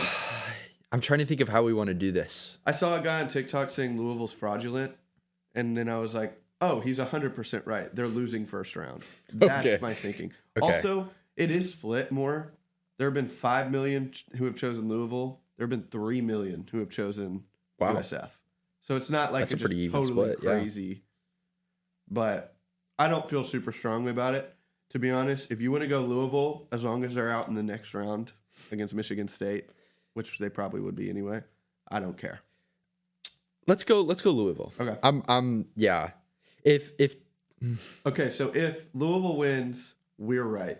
If USF wins, I'm still claiming it. Yeah. So I can't lose in this situation. Yeah. This is a little independent because if I'm picking a bracket, it depends. Yeah. If you're picking a bracket and it's like amongst our friends, I'm competitive. I would probably want to win. But this is well, we're making an unbustable bracket though. Yeah. Yeah. So we are being serious here. So Louisville. And then Michigan State, North Dakota State. I mean, Jeremy Fierce. Yeah, Michigan State. UCLA, UCF. I'm okay with. I hate UCLA. I'm okay with UCF. Is that what we're doing? Yeah. Bang. I'm fine with that. UCF. That's not a crazy one. It's a 10-7. The spread's only 5.5. I like that. And I hate UCLA's coach. Who's UCLA's coach? Mick Cronin. Oh, the bald dude? Yeah. Yeah. Did you just raise your voice at me? Did you see that clip? I don't think I did. Oh, my God. After we do the bracket, I'm finding that clip. Okay. It's unreal. He got into it with a reporter, where the reporter was... I did see that. The reporter was like, what did you think of, like, the opposing student section, like, some of the things they were yelling? He was like, I couldn't give a rat's ass about what the other team... And he was like, I just meant, like... if you heard anything in particular you thought was maybe too far. And he goes, did you just raise your voice at me? No, yes, you did. Yes, you did. You just raised your voice at me. It's crazy. Interesting. He's a little man. Okay. Anyways, UConn Furman. UConn. Florida versus who the hell? Either is that Prairie View or Lehigh? It doesn't even show up on mine. It's just a it's a play-in game. So it's PV/LEH. I assume Prairie View and Lehigh is my guess. Gators. Clemson, Iowa. 8-9. I know where I want to go with this. This is where I usually go, which the stronger conference. And I would go Iowa. It's the right pick. Okay. I think. Yeah. Iowa is favored, even as a 9th seed. Wow. Okay. Yeah. So yeah. I would choose Iowa. I like Iowa. Vanderbilt, McNeese. Here we go. This is yours? This is not mine. Oh, okay. But any 5-12, I'm going to watch. Yeah. And McNeese, I know McNeese lost their coach, what's his face, Will Wade, because he's at NC State now. Mm-hmm. But McNeese always, I mean, they made the Sweet 16 last year, right? I think so. Yeah. They had a run. But I like Vanderbilt still. I do like Vanderbilt. Yeah. I thought that they had a really pretty consistent season. Mm-hmm. Nebraska and Troy. Nebraska has not won an NCAA tournament game, correct? A long time. I don't know. I don't know. Because I think against A&M 2 years ago, it was like, this is the first time they've been in the tournament either ever or in a long time. Nebraska and Troy. I think this is where Nebraska gets their win. Okay.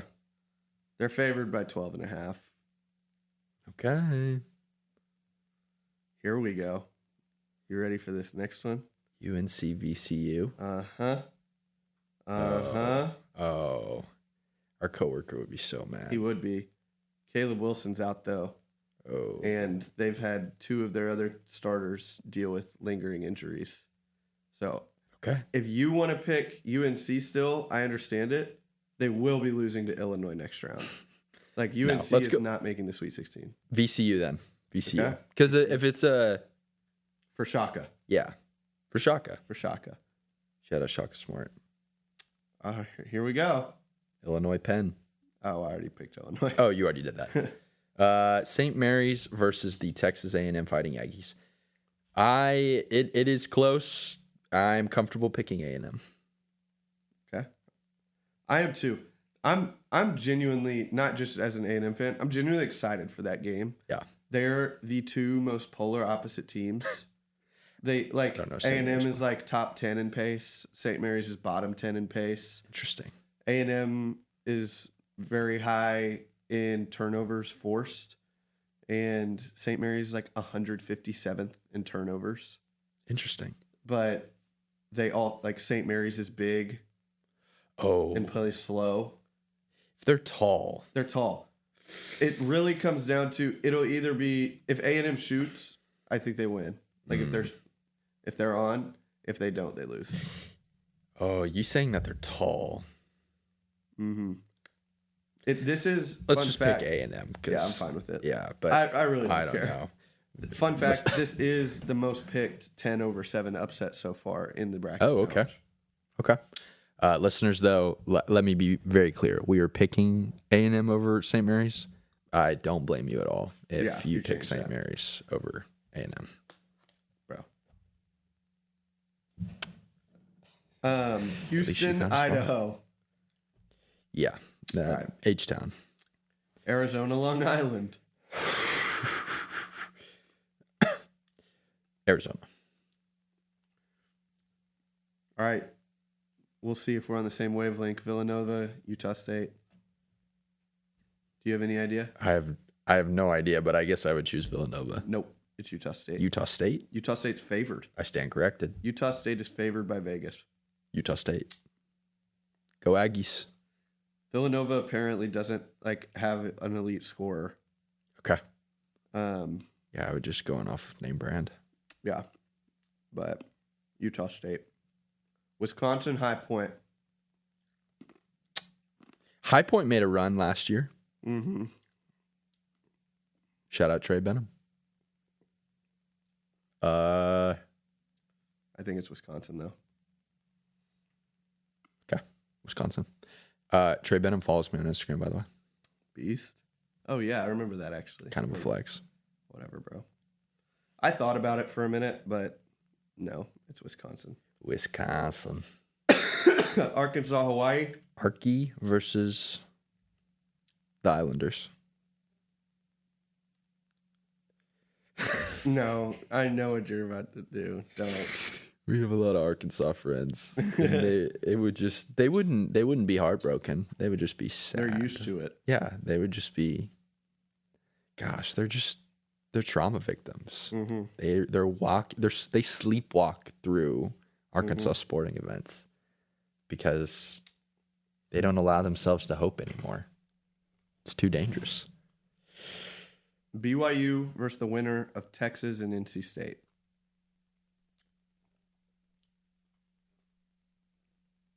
Probably BYU. Good. Thank God. Because they have Thank God. AJ. Yeah. Miami, Missouri. What about Gonzaga, Kennesaw? Oh, sorry. Gonzaga, Kennesaw. I mean, Gonzaga. I would think. Miami versus Missouri. I don't really have a beat on this one. SEC. Oh, no. The U? The U. All right. The U. Purdue, Queens.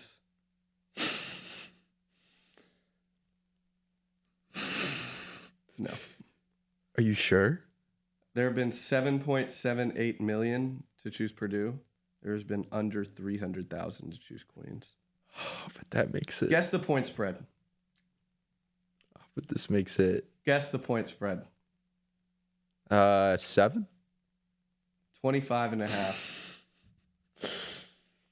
Is Braden Smith really like that? I think Purdue's fraudulent. The reason I was smiling, in my bracket, I have Miami over Purdue in the round of 32. Oh, okay. That's why I was smiling. But Queens. I just want a team like that's Queens. I've never heard of that. That would be Queens. Mm-hmm. Hey, remember when Queens made it to the Elite Eight? Mm-hmm. That's what I want to happen. Yeah.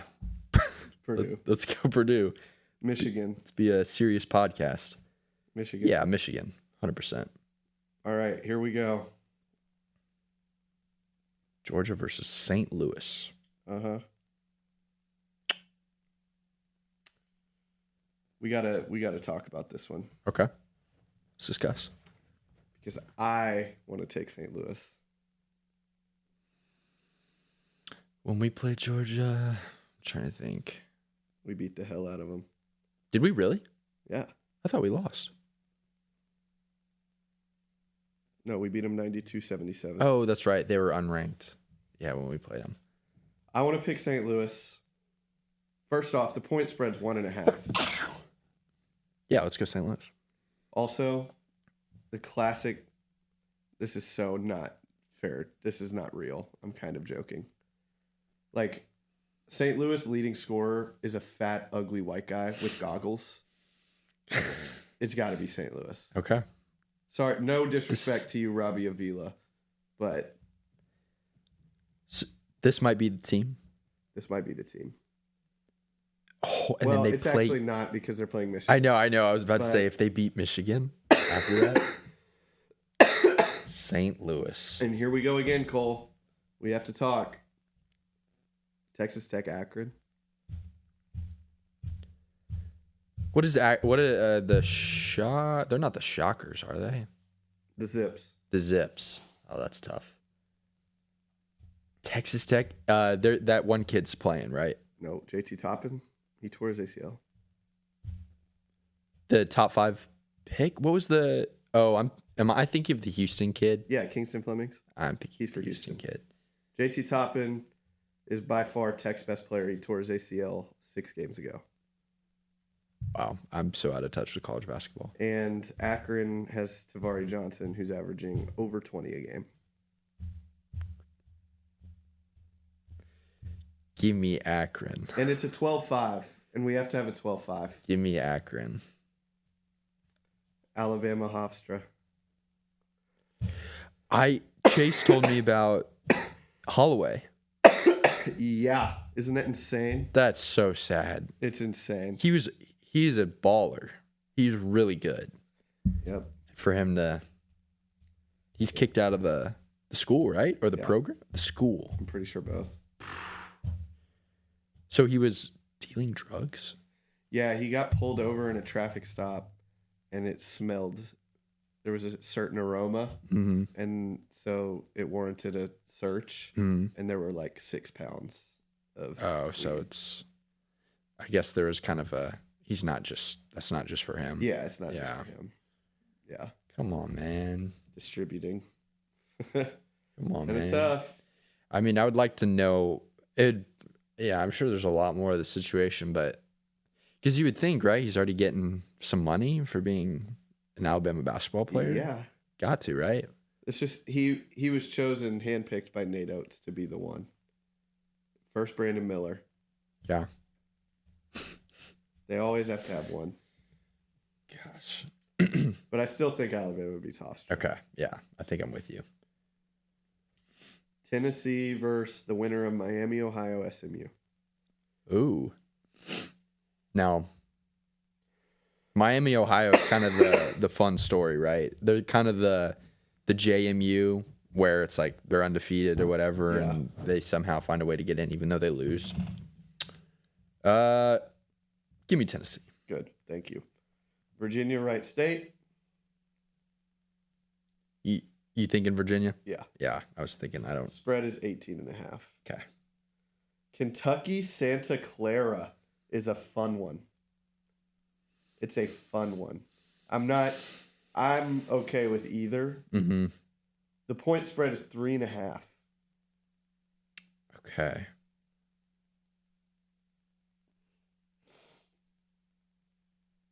I'm okay with Santa Clara because we would probably have Iowa State beating them Yeah. next round anyway. Yes, we do. Okay, so that wraps up the round of 64 then. Okay. We have Iowa State and Santa Clara. Duke, Ohio State. Give me Cameron Boozer and the Duke Blue Devils. Kansas, St. John's. The Jayhawks versus the Johnnies. What are you thinking? Personally, I picked Kansas. Even though I'd like to see St. John's go far, they don't have shooters. Okay. And I'm not saying that to be hateful. That is a quote from the mouth of Rick Pitino. Okay. We don't have shooters. And Kansas plays really good defense, but they also have Darren Peterson. Okay, he's going to play? Yeah. Okay, then yeah, unless Kansas. he changes his mind. Yeah, let's go Kansas. Louisville, Michigan State. I'm Mitchie. picking Michigan State. Michigan State. UCF, UConn. We picked the UCF.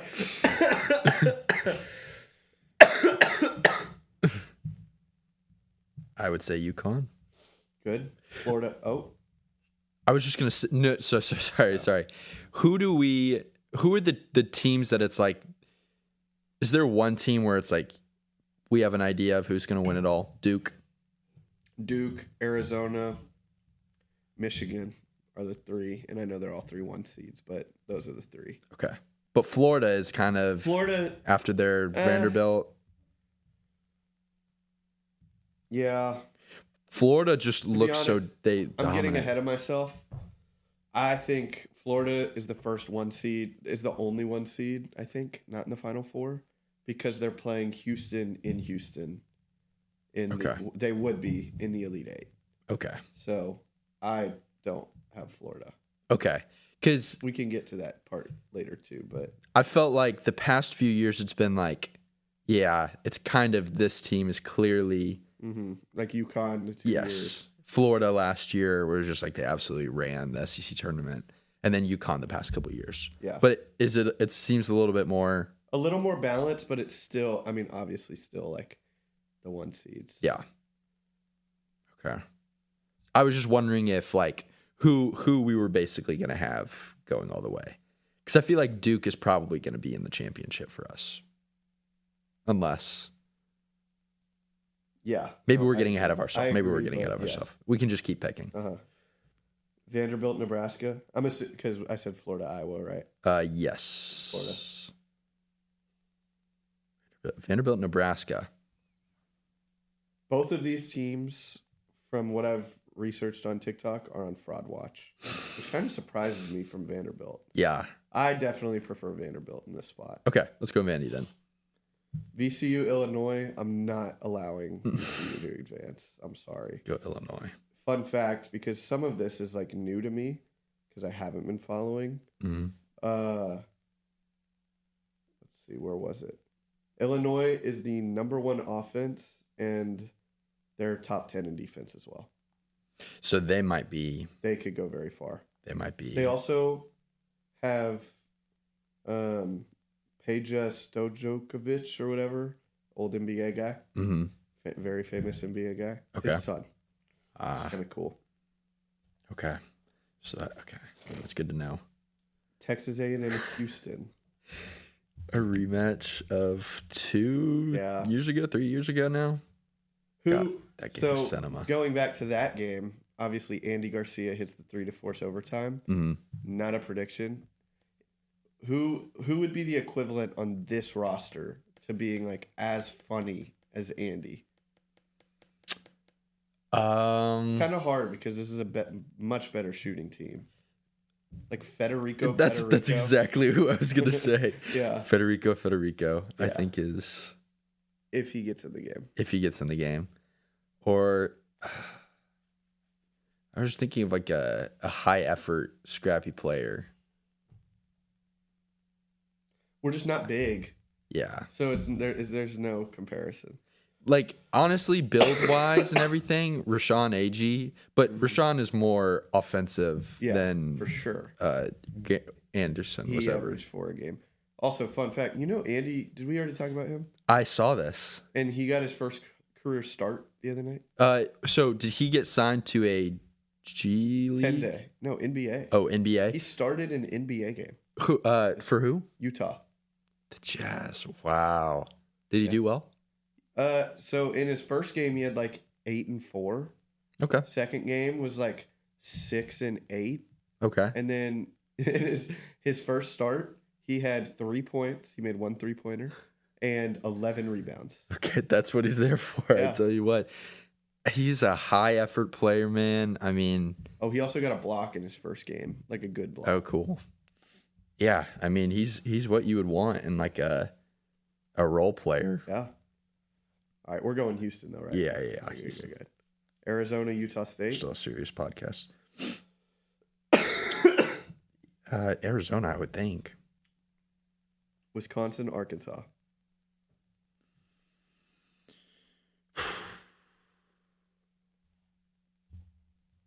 I mean, Arkansas, right?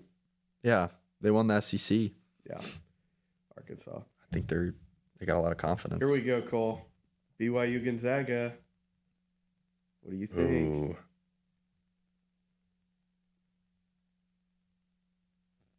Man.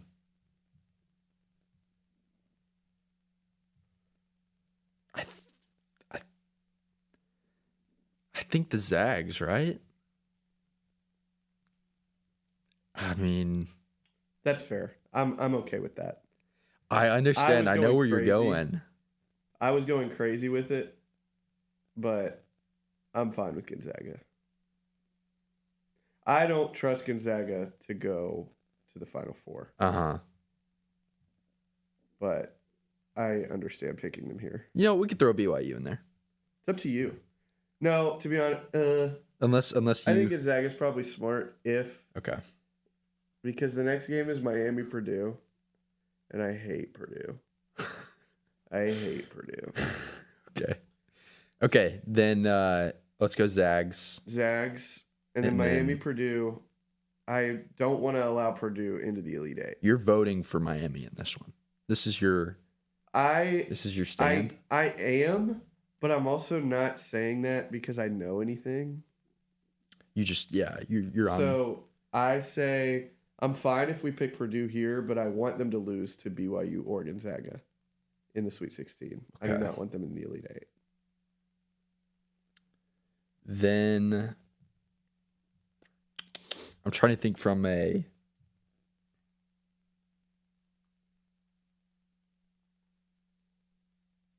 I'm fine with either. If you want to throw Miami in there, you know what? Let's throw Purdue in there and then have them lose. Okay, I'm fine with that. I think I like that. And we're going Gonzaga over BYU. Yes. Okay, Michigan, St. Louis. Michigan. We have to be. Akron. We're on public airwaves. Akron versus Aiden Holloway-less Alabama. The Zips. Is Are it we? the Zips? Are we riding the Zips? Are we as sports dude endorsing the Akron Zips to the Sweet 16? Yes, I think we are. I think we're riding the Zips. Let's do this. Zip Nation. Akron. It's Akron, Ohio, right? Yeah, it's LeBron. It's where LeBron. Come on, man. Just a kid from Akron. Just a bro. kid from Akron. We are an Akron podcast. Yeah. We're riding the Zips hard this year. They're making it. What would that be? Sweet 16? At least. At least. They play Michigan. They play Michigan. Yeah. Come on. So this one is interesting. Tennessee, Virginia. Virginia would be favored for sure, for good reason. I wouldn't hate picking Virginia. I did see something interesting that of all potential 6-3 matchups, these two teams are the closest in KenPom. So Okay. this would be the closest 6-3 matchup if you were looking to pick a 6 in the Sweet 16. Okay. But I don't feel very strong about either team. I don't know either team that well. Just food for thought. I just know Virginia. The only game I've seen Virginia play, they got dog walked by Duke, but the broadcasters were talking and they were like, this isn't like Virginia's top 10 in offense. So I'm comfortable with going Virginia. Okay. If you are. And then Iowa State over Santa Clara, we already said. Yep. Duke, Kansas. Duke. Michigan State, UConn. I'm going to let you call that one. I think from what I know, which is next to nothing, Michigan State has the best player in this game, I think. Okay. In Jeremy Fears. Alex Caravan for UConn's just been there for so long. Mm-hmm. Oh, yeah, he has. But it's basically, are we picking team or player?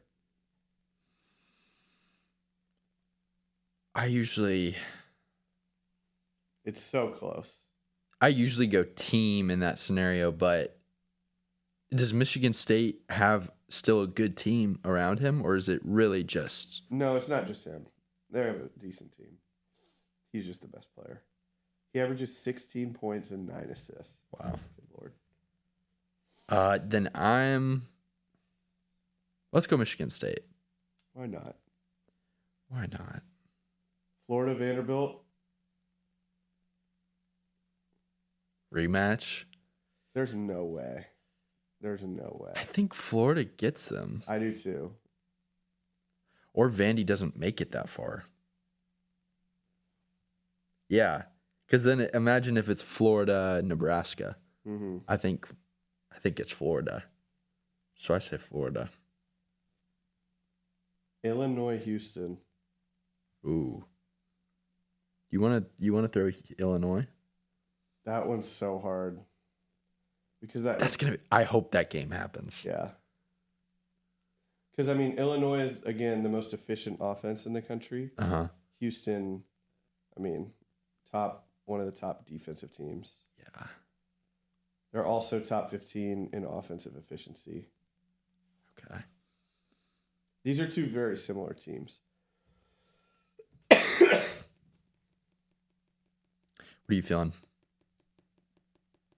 I think Houston, because that would keep my narrative of Florida losing in Houston against Houston alive. That's a rematch, is it not? In the Elite Eight, it would be, of last year's national championship. Of last year's national championship. So I say Houston. Okay, then we'll go Houston. But I think that's an amazing game if it happens. Arizona, Arkansas.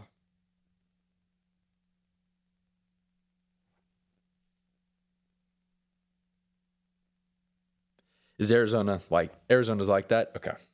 Let's go Arizona. Gonzaga, Purdue. I'm force picking Gonzaga. Okay. Michigan, Akron. Okay, Zip Nation, we love you guys, but we also we're a serious podcast. Yeah.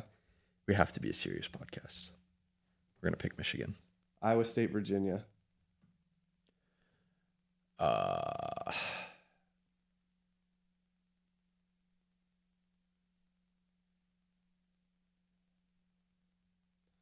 Personally, I feel strongly about Iowa State over Virginia. Okay. Let's go Iowa State then. So we're in the Elite Eight now. Here, the numbers I'm about to read off are the seeds that we have in the Elite Eight. I have 1, 3, 1, 2, 1, 3, 1, 2. I'm okay with that's how my other brackets have been. Uh-huh. And you usually get 6 or 7 right. Yeah. All right, bro. So Duke, Michigan State. We're a serious podcast. Duke, Michigan State. Duke. Good. Florida, Houston. I want Houston. I think Houston, yeah. I want Houston. I think Houston gets them this time. Because, not to get ahead of ourselves, this lines up back-to-back rematch wins where Houston gets revenge on Florida for the Natty. Mm-hmm. Then Duke, Houston play each other, and Duke gets revenge on Houston for the Final Four. Yeah. Which I like. I do like that. Arizona, Gonzaga. I think Arizona. Please, yeah. Please. Michigan, Iowa State. I think it's Michigan. Michigan, okay. I know it's boring. It's not We're all serious one podcast. Seeds. Sorry, guys. It's not all one seeds again. Hey, last year, though, that makes me feel less terrible about picking bunch of 1 seeds. Yeah. Last year it was what? It was all 4 1 seeds, but it was 2 of the best Final Four games Yeah. I've seen in a long time. And a great national championship. So who's the Duke, 4? Houston in the Final Four. I think Duke. Arizona, Michigan. I know who I want. Have they played each other? No, they haven't played each other. Michigan or Arizona? To be honest, I don't know. Arizona. I like Arizona more. So Duke versus Arizona for the championship? This is the most picked championship game. Okay. They're both 32-2.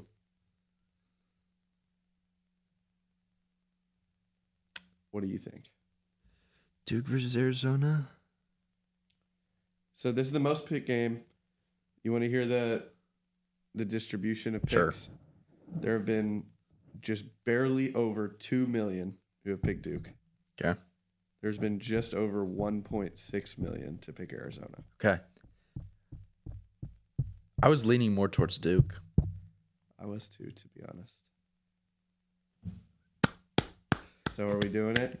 Congratulations. Yeah. The Blue Devils?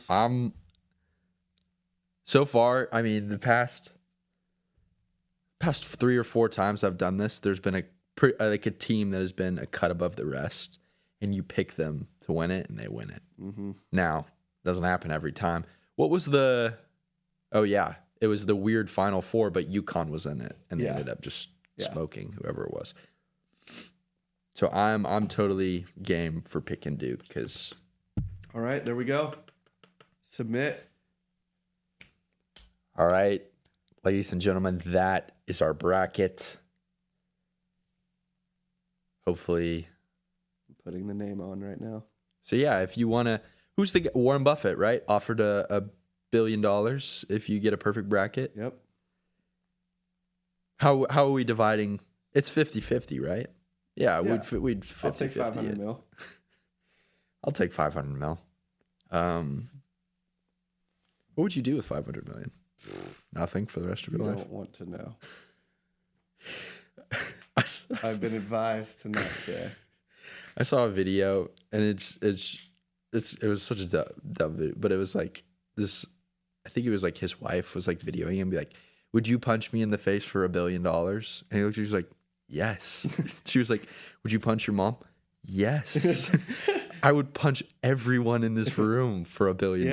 What are we talking? Next question. Yeah, $1 billion is. That's a lot of money. The difference between $1 million and $1 billion is, I think, 1 million They're seconds. They're basically the same. I'm kidding. I think 1 million seconds is like a week or something like that, and then like there's no chance it's a week. It's like, and then 1 billion seconds is like 100 years. Okay, so 1 million seconds is 11.5 days. Okay. It's like a years. 1 billion seconds is 31.7 years. Yeah. Yes. 30 years. So, $1 billion. What would I do with $1 billion? What would be the first thing that I do?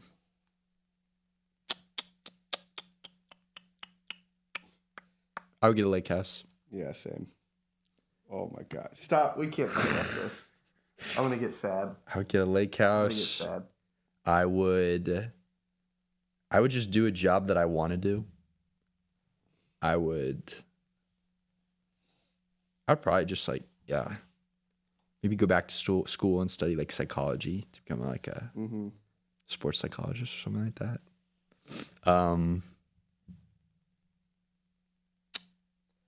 Duke. I think I would just give it all to charity. Give it all to charity. Give it all to charity. Oh, think of the roster you could construct for Texas A&M sports. Oh my gosh. Oh, me and Mike Elko would be best buds. Mr. Elko, I'm going to give you $100 million. Go win us a national championship. You know what? with that much money, I would fire Mike Elko and rehire Jimbo. Dude, on a fully guaranteed $600 million contract.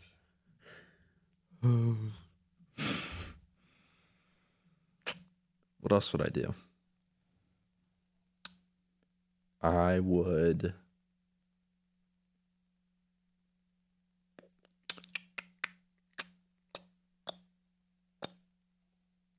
I think I would build a movie theater.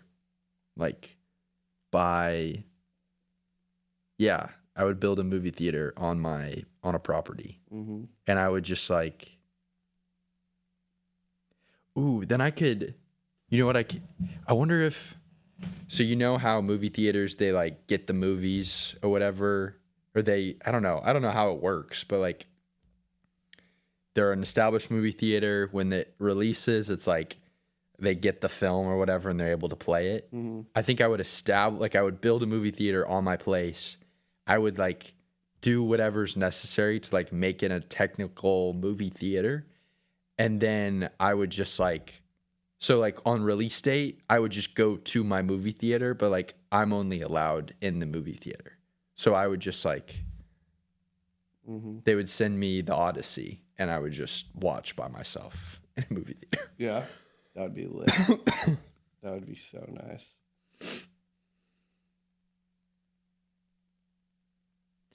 It's a dream, man. Cool. It's a dream. Well, dreams do become reality sometimes. And when you're on a serious podcast like this, that creates a bracket that wins you $1 billion. We can do those sort of things. So,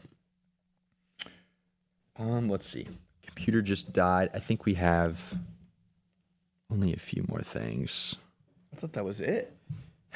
I mean, we didn't talk about Bam's... The unethical 83. Yeah, The bite of 83. The bite of 83. Bam's 83-point game. Congratulations to Bam. A lot of people were like, oh, yeah, at 70. Why, what? They were mad that he tried to go for the record, basically? Or they were unethical? Just free throws. Shut the hell up. Just free throws. The next game he played 2 days later, his points prop was at 22.5. He went under. Yeah. He used up all of his points for his career on that game. Congratulations to Bam. That's incredible. 83 points in a game. The last big game, I feel was a Devin Booker. Yeah, the 70. Yeah, 70. 70? Who said that in an interview? He got 70? I think that was a quote. That was an ethical 70. That was all on three-pointers. Oh, so you're a hater. I'm a hater. You're a hater of Bam's 83-point game. I like Bam. I'm a hater of his 83-point game. I saw a stat and I know this is not how it works. I know how unfair this is, but I thought it was really funny. That showed they took all the top 100 games of all time in terms of points scored by a single player, mm-hmm. and they took away free throws. Mm-hmm. With free throws, Bam is obviously second all time. Mm-hmm. Without free throws, Bam last week had the 75th most impressive game ever. Do you know how many points it was? He had 41 free throws. Wow. Wow. That's a lot of free throws. But you got to hit them. Got to hit your free throws. If he only scores, if he funny. Goes 50%, or did he make all of his free No, throws? he missed 2. I think he went 41 for 43. Still hard to do. It's just a hilarious stat of actually this was the 75th best game of all time. Yeah. All right, well, not all of us on this podcast are haters of you, Bam, or your 83-point game. Some of us... Or your fiance, Asia. She's a beast. She's the best basketball player of both of them. She is a beast. She's... Did she play at South Carolina in college? Probably. I think she that's did. where all of them go. All the good ones. Except for CC. Yeah. They go to Iowa. Or Page. Yeah, UConn. Yeah, UConn's also beast. But yes, Bam, congratulations on your 83-point game. Book review. I read a book called Beckenberga. Beckenberga. It's Swedish. It wasn't in Swedish. It was translated. But it was just, it was about a... so the main character's father is in so Beckenberga is like the most famous mental hospital in Sweden. Okay. And basically, the main character's father has been put in this institution. And so basically, it's about their experience seeing their father struggling with this. The mom is trying to escape and like not deal with that reality. And the main character is just kind of like working through all that stuff. It was a beautiful book. I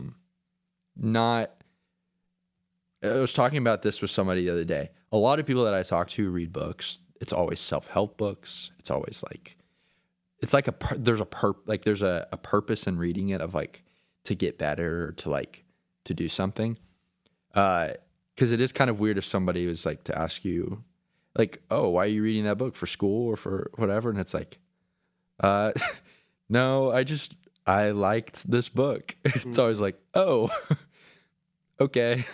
So anyway, that was that was more the type of book that it was just like, it honestly just was, it was sad, but it was also, there were a lot of touching moments. Talks about life for people who are going through kind of addiction, because her dad was an alcoholic, and yeah, there was just a lot of interesting parts in it. I highly recommend it. Beautiful. Highly recommend it if you just want to like feel something. Prefer not to. And then I also mentioned I am reading a book about the Challenger explosion, or just the Challenger space shuttle, the events that happened before, the fallout afterwards. I'm kind of like, I've started it because I kind of read multiple books at a time, at the same time. And then I also started Catch-22, and I kind of like it so far. But that was book reviews, unless you're reading a secret book that... Heck no. I didn't know about. Heyday, bro. Movie review. Do you have any movies you watched? I rewatched Inception yesterday for the first Boom. time in a long time. Bang. Elite. Top Bang. tier. Very good. Any new revelations, any new thoughts on it, or just... Nothing new. Just forgot how stacked that cast is. Yeah. Because I watched it for the first time before. Not like I'm not a cinephile. Never call me that. But I'm into movies now. Yeah. And I didn't realize before how good the cast is. Just like Joseph Gordon-Levitt's really good in it. Yep. Cillian Murphy obviously is very good.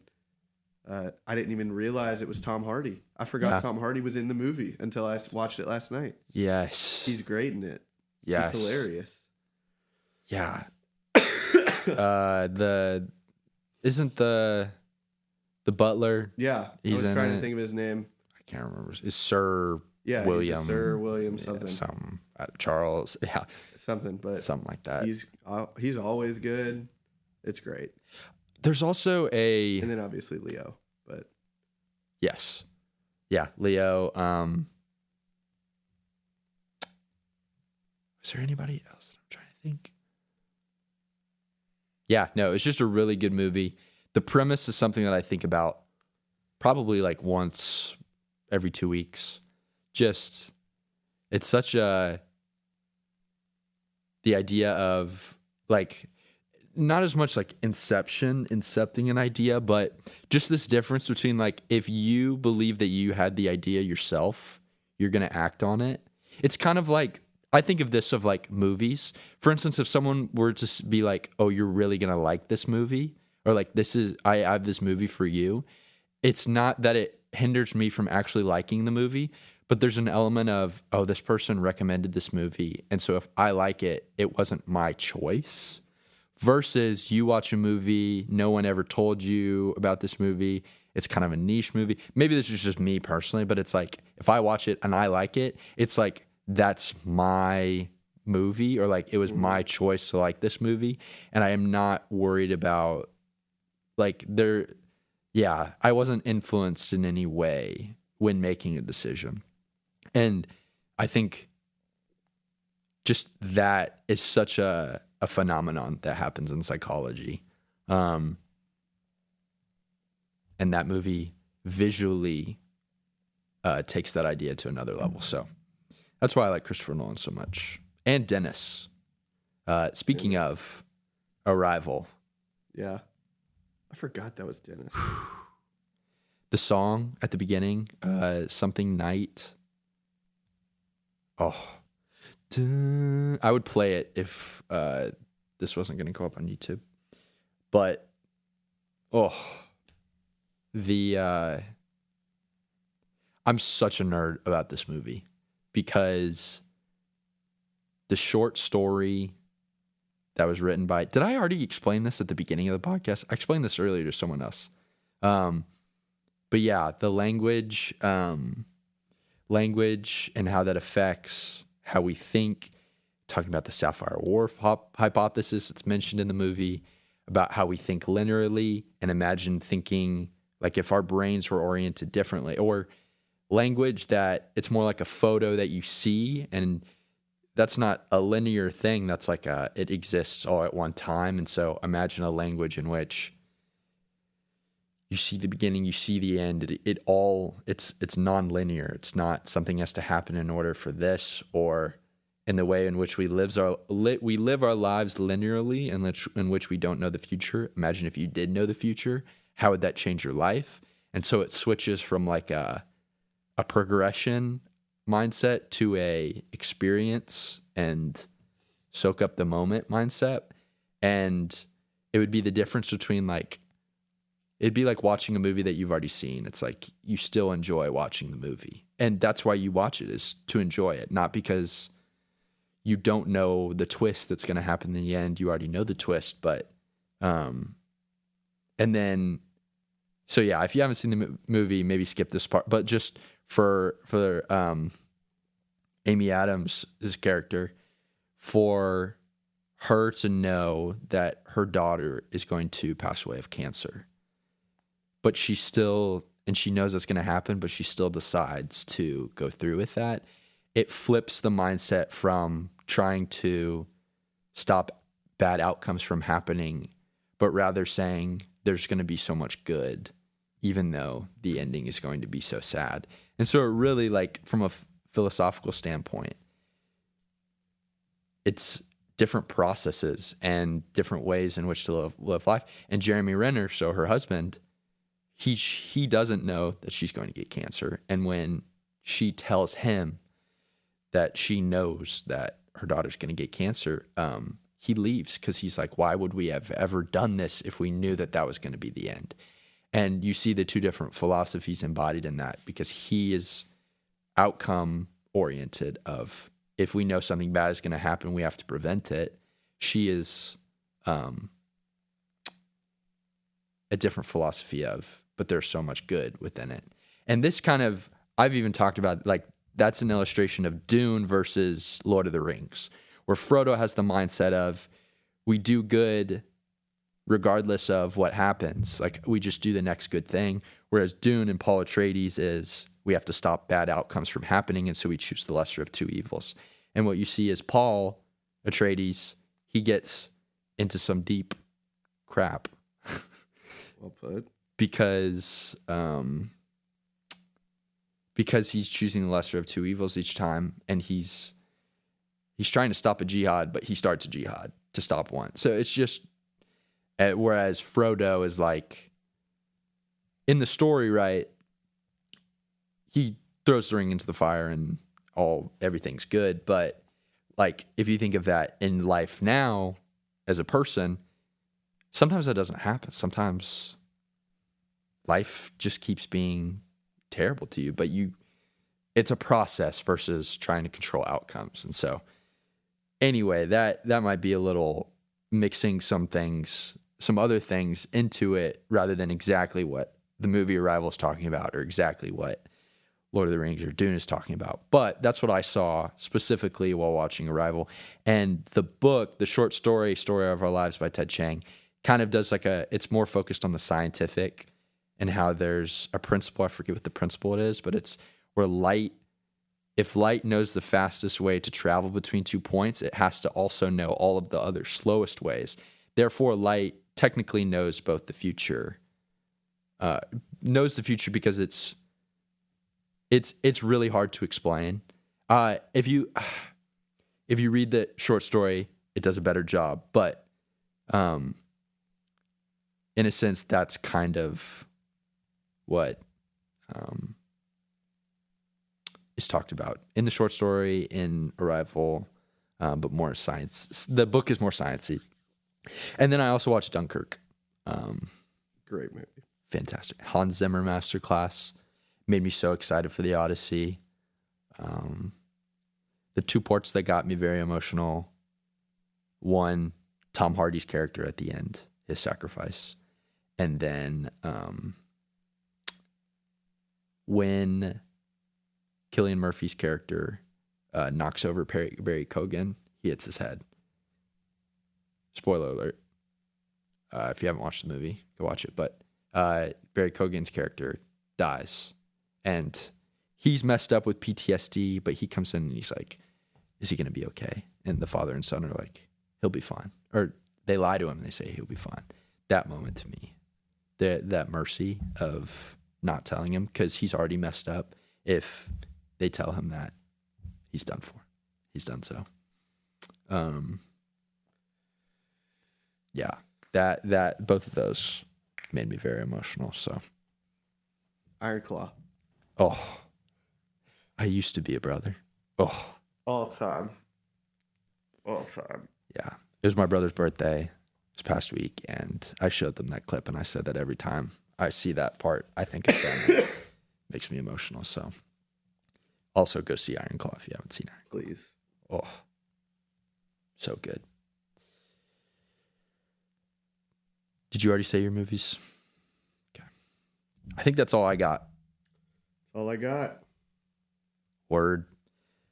All right, gents. And maybe ladies. There's no way. There's no chance. No chance. Yeah, thanks for listening. Thanks for hanging with us for these past 2 weeks. We're going to get on out of here, but hopefully we are able to do another episode next week. And we love you guys, and thank you all for listening.